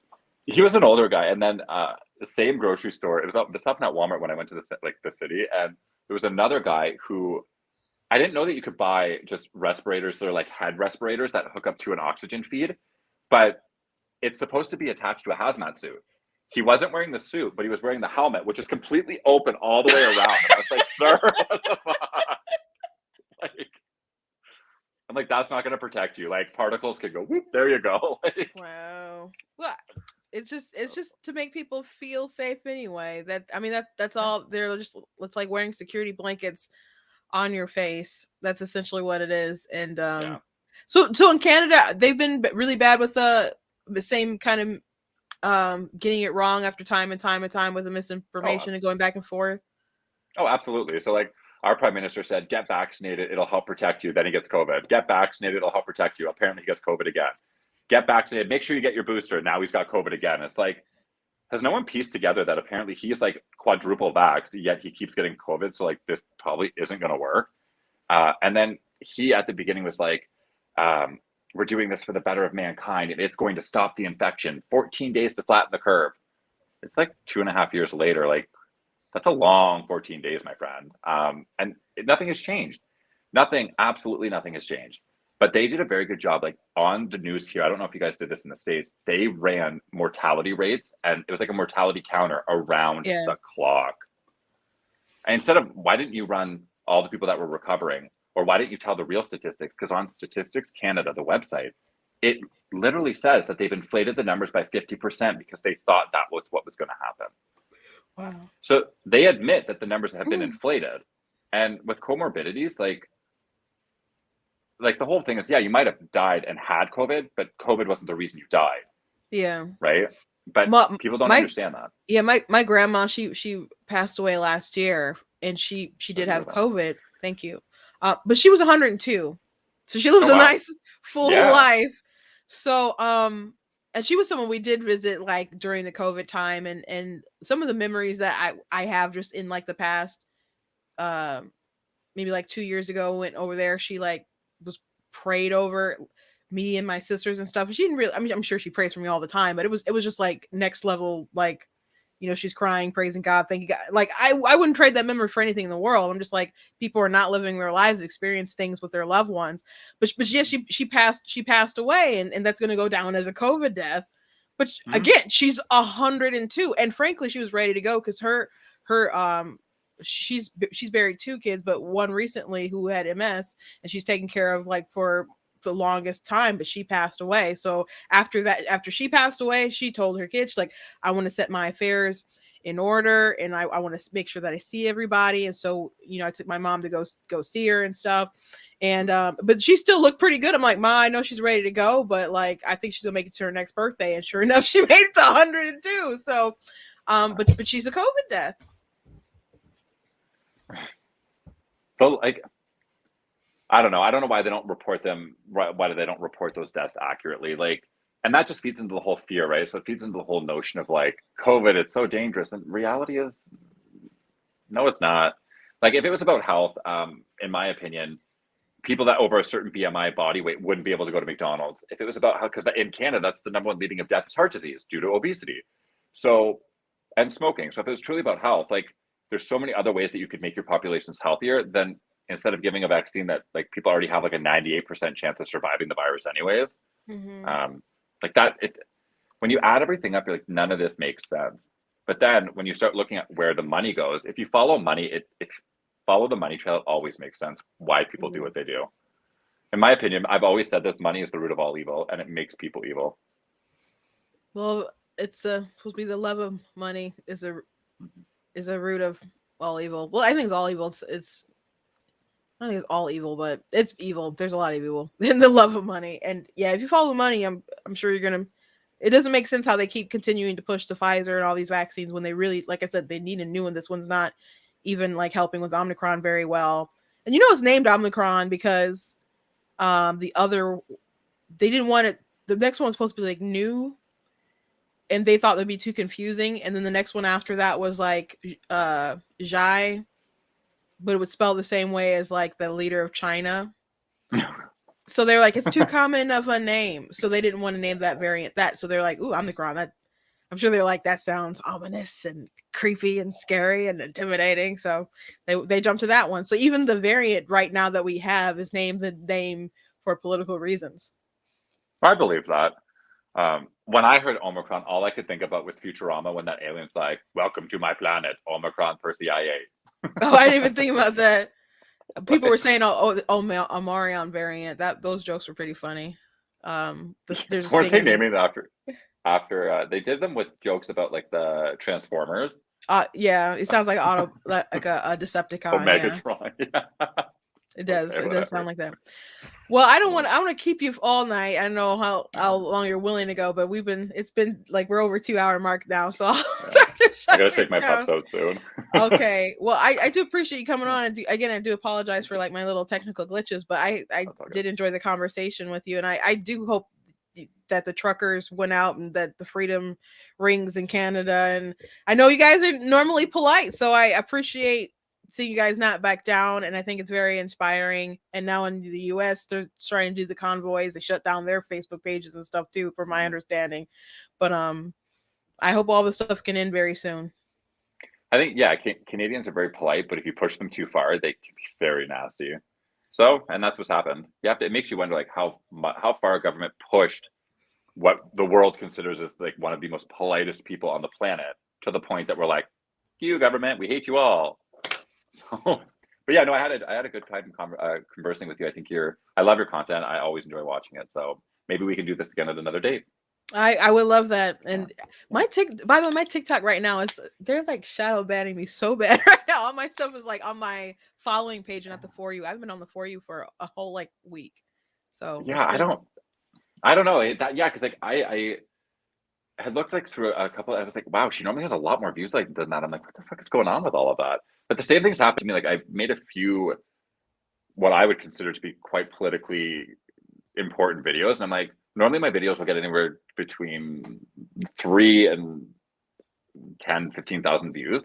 But then I looked at this, I'm like, it has 400 views and it's been up for a day and a half. Like that's very odd to me, but oh well. yeah, I would look at the analytics and stuff and see, because I looked at like 99% of my views are like from the following and not the For You. So Oh, I didn't even know you could check that. yeah, you can check. Oh, are you a create? You have to sign up for like a creator page or something. Have you done that? Like the Creator Fund? Well, if you're in the creator fund, then yeah, you could We do don't that. have that in Canada. Oh, okay. You may not. I don't know if it has to be the fund or you might be able to do creator thing and just look at your analytics, because I don't think you have to be in the fund to necessarily do that. So Oh, I can see. Yeah, so you go to Creator Tools. I can see the analytics, but it shows me the time of day that most of the views happened, where the majority of the population's from, male, female, and then it just shows me a list of my highly viewed videos, and that's it. oh, well, in mine it shows like where people are watching it, like if it's from their following page or for the For You page. I'm gonna look into that. I never noticed that, but I didn't know that. That's good to know. I mean, if you scroll down, it's usually like blue, and then it's like a bar graph. So yeah, I would just check it when you get off and see if it'll tell you. Yeah. But I know there's some things different with Canada. Why don't they give you guys creative fund? How come? There was a whole thing with Justin Trudeau trying to pass a bill that would give creators the right to have like funds like that. I don't know the exact reason. I know that there's another thing TikTok is coming out with called Creator Tools something, and it'll be for Canadians. It'll be for, I think, Denmark and a couple other countries will be able to access it. It's like the Creator Fund, but they're calling it something different. So we'll see. We don't have it yet, so I don't know. Okay. Is there any place that people can watch you besides on TikTok? No, because I don't have social medias. I don't use social media except for this one. So last question, I swear. So why'd you jump on TikTok? So I used to watch TikToks, and I would see people making videos that aligned quite a lot with my own views. And within my personal life, besides my Grams, like we're the only two conservatives really within my family. So like I would think, God, I can't be the only one that thinks this way. I can't be the only gay person that has these thoughts. And then I would watch them and I would see people who had them, and I was like, okay, so they have the thought, I do too. Why not share my opinions? I'm sure someone else might be able to relate to what I'm saying. So then I just started it, and then within like a month or two, I had I think it was like 24,000 followers, and then it's gone up ever since. Oh well, I didn't realize you were that new to the game. Yeah, I've had a TikTok for like, I think, I don't know, a while, but I never started I only started posting in spring or like late spring, early summer of last year. Okay. Well, I guess. Okay. I jumped on last February, so I was hoping I could reach 100,000 before like the end of February and be like, oh, it took me a year, I got to 100,000, and they just decided to throttle me. So I got to see what I can do. I have some really good ideas for like next week stuff I want to post. So I hope they're not like evil to me for a whole nother week. So because it's been frustrating, but thank you so much for. Oh, go on. So I was just gonna say I'm bad with stuff like that because I have no plan when it comes to posting anything. I have no game plan. I literally would just go through it and then I'll see something that sparks a thought or an interest. I'm like, I'm making a video about that, or I'll duet something. I probably should put more thought into it, but I'm like, I don't know. And it's not that it's not organic when other people put thought into it. If I try and sit there and think like, okay, what do I want to talk about? I'm like, I don't know. I need something to spark the conversation in my head first. Well, I cover. I mean, sometimes you react to other stuff that people do, and then there's like the news of the day. But some stuff I'll like take the time and do edit and even edit stuff like just not on my phone, like full like Adobe Premiere and stuff. So I came up with a really good idea. I'll tell you when we go off live. I don't want to share it now, but and everybody, it's a really good idea. I'm going to post it next week. I swear. So please, if you're on TikTok, go ahead and follow Alex. That's like his handle right there, his name right there. And you make sure you guys are following me, Black Teen News. Make sure you guys are following me on all my socials. I'm on Instagram, TikTok, YouTube, Facebook. I know a lot of you guys like to watch on Facebook. Please make sure that you also follow on YouTube. That does, the more people that you have watching, the more kind of access you get to other things on YouTube. So make sure that you guys do follow me on all my socials. Go to blackteennews.com, check out different content that I have on the website, different articles, as well as different merchandise that I got. It's Black History Month. I think it's good when I'm not the victim you're looking for. I like that. Be better, not bitter, like that one as well. And the Constitution is a glorious liberty document from Frederick Douglass. That's from his famous what is 4th of July to a slave, and that's a really good speech. Don't let the libs like trick you into thinking he's just bashing the USA. That's really not the case. And if I did make this for Canadians. If anyone wants to check that out for like the Catching Fire, and I made the golden leaf. It took me a while to make it, so go ahead. I like that. Thank you. I was doing it on Photoshop, and I was trying to do like 3D stuff like from a tutorial I was doing, and then I realized they took it off 3D the things I needed like halfway into the tutorial, and so then I had to like figure out a different way to do it. So anyway, I put a lot of effort into it, so I'm glad you like it. Anyway, thank you guys for watching. I'll be back with Black Teen News 4 p.m. on Monday Eastern time, and to talk about the news of the day. And there's already stuff that broke this weekend, so we're gonna have some good tea. So God bless you guys, and I'll see you next time.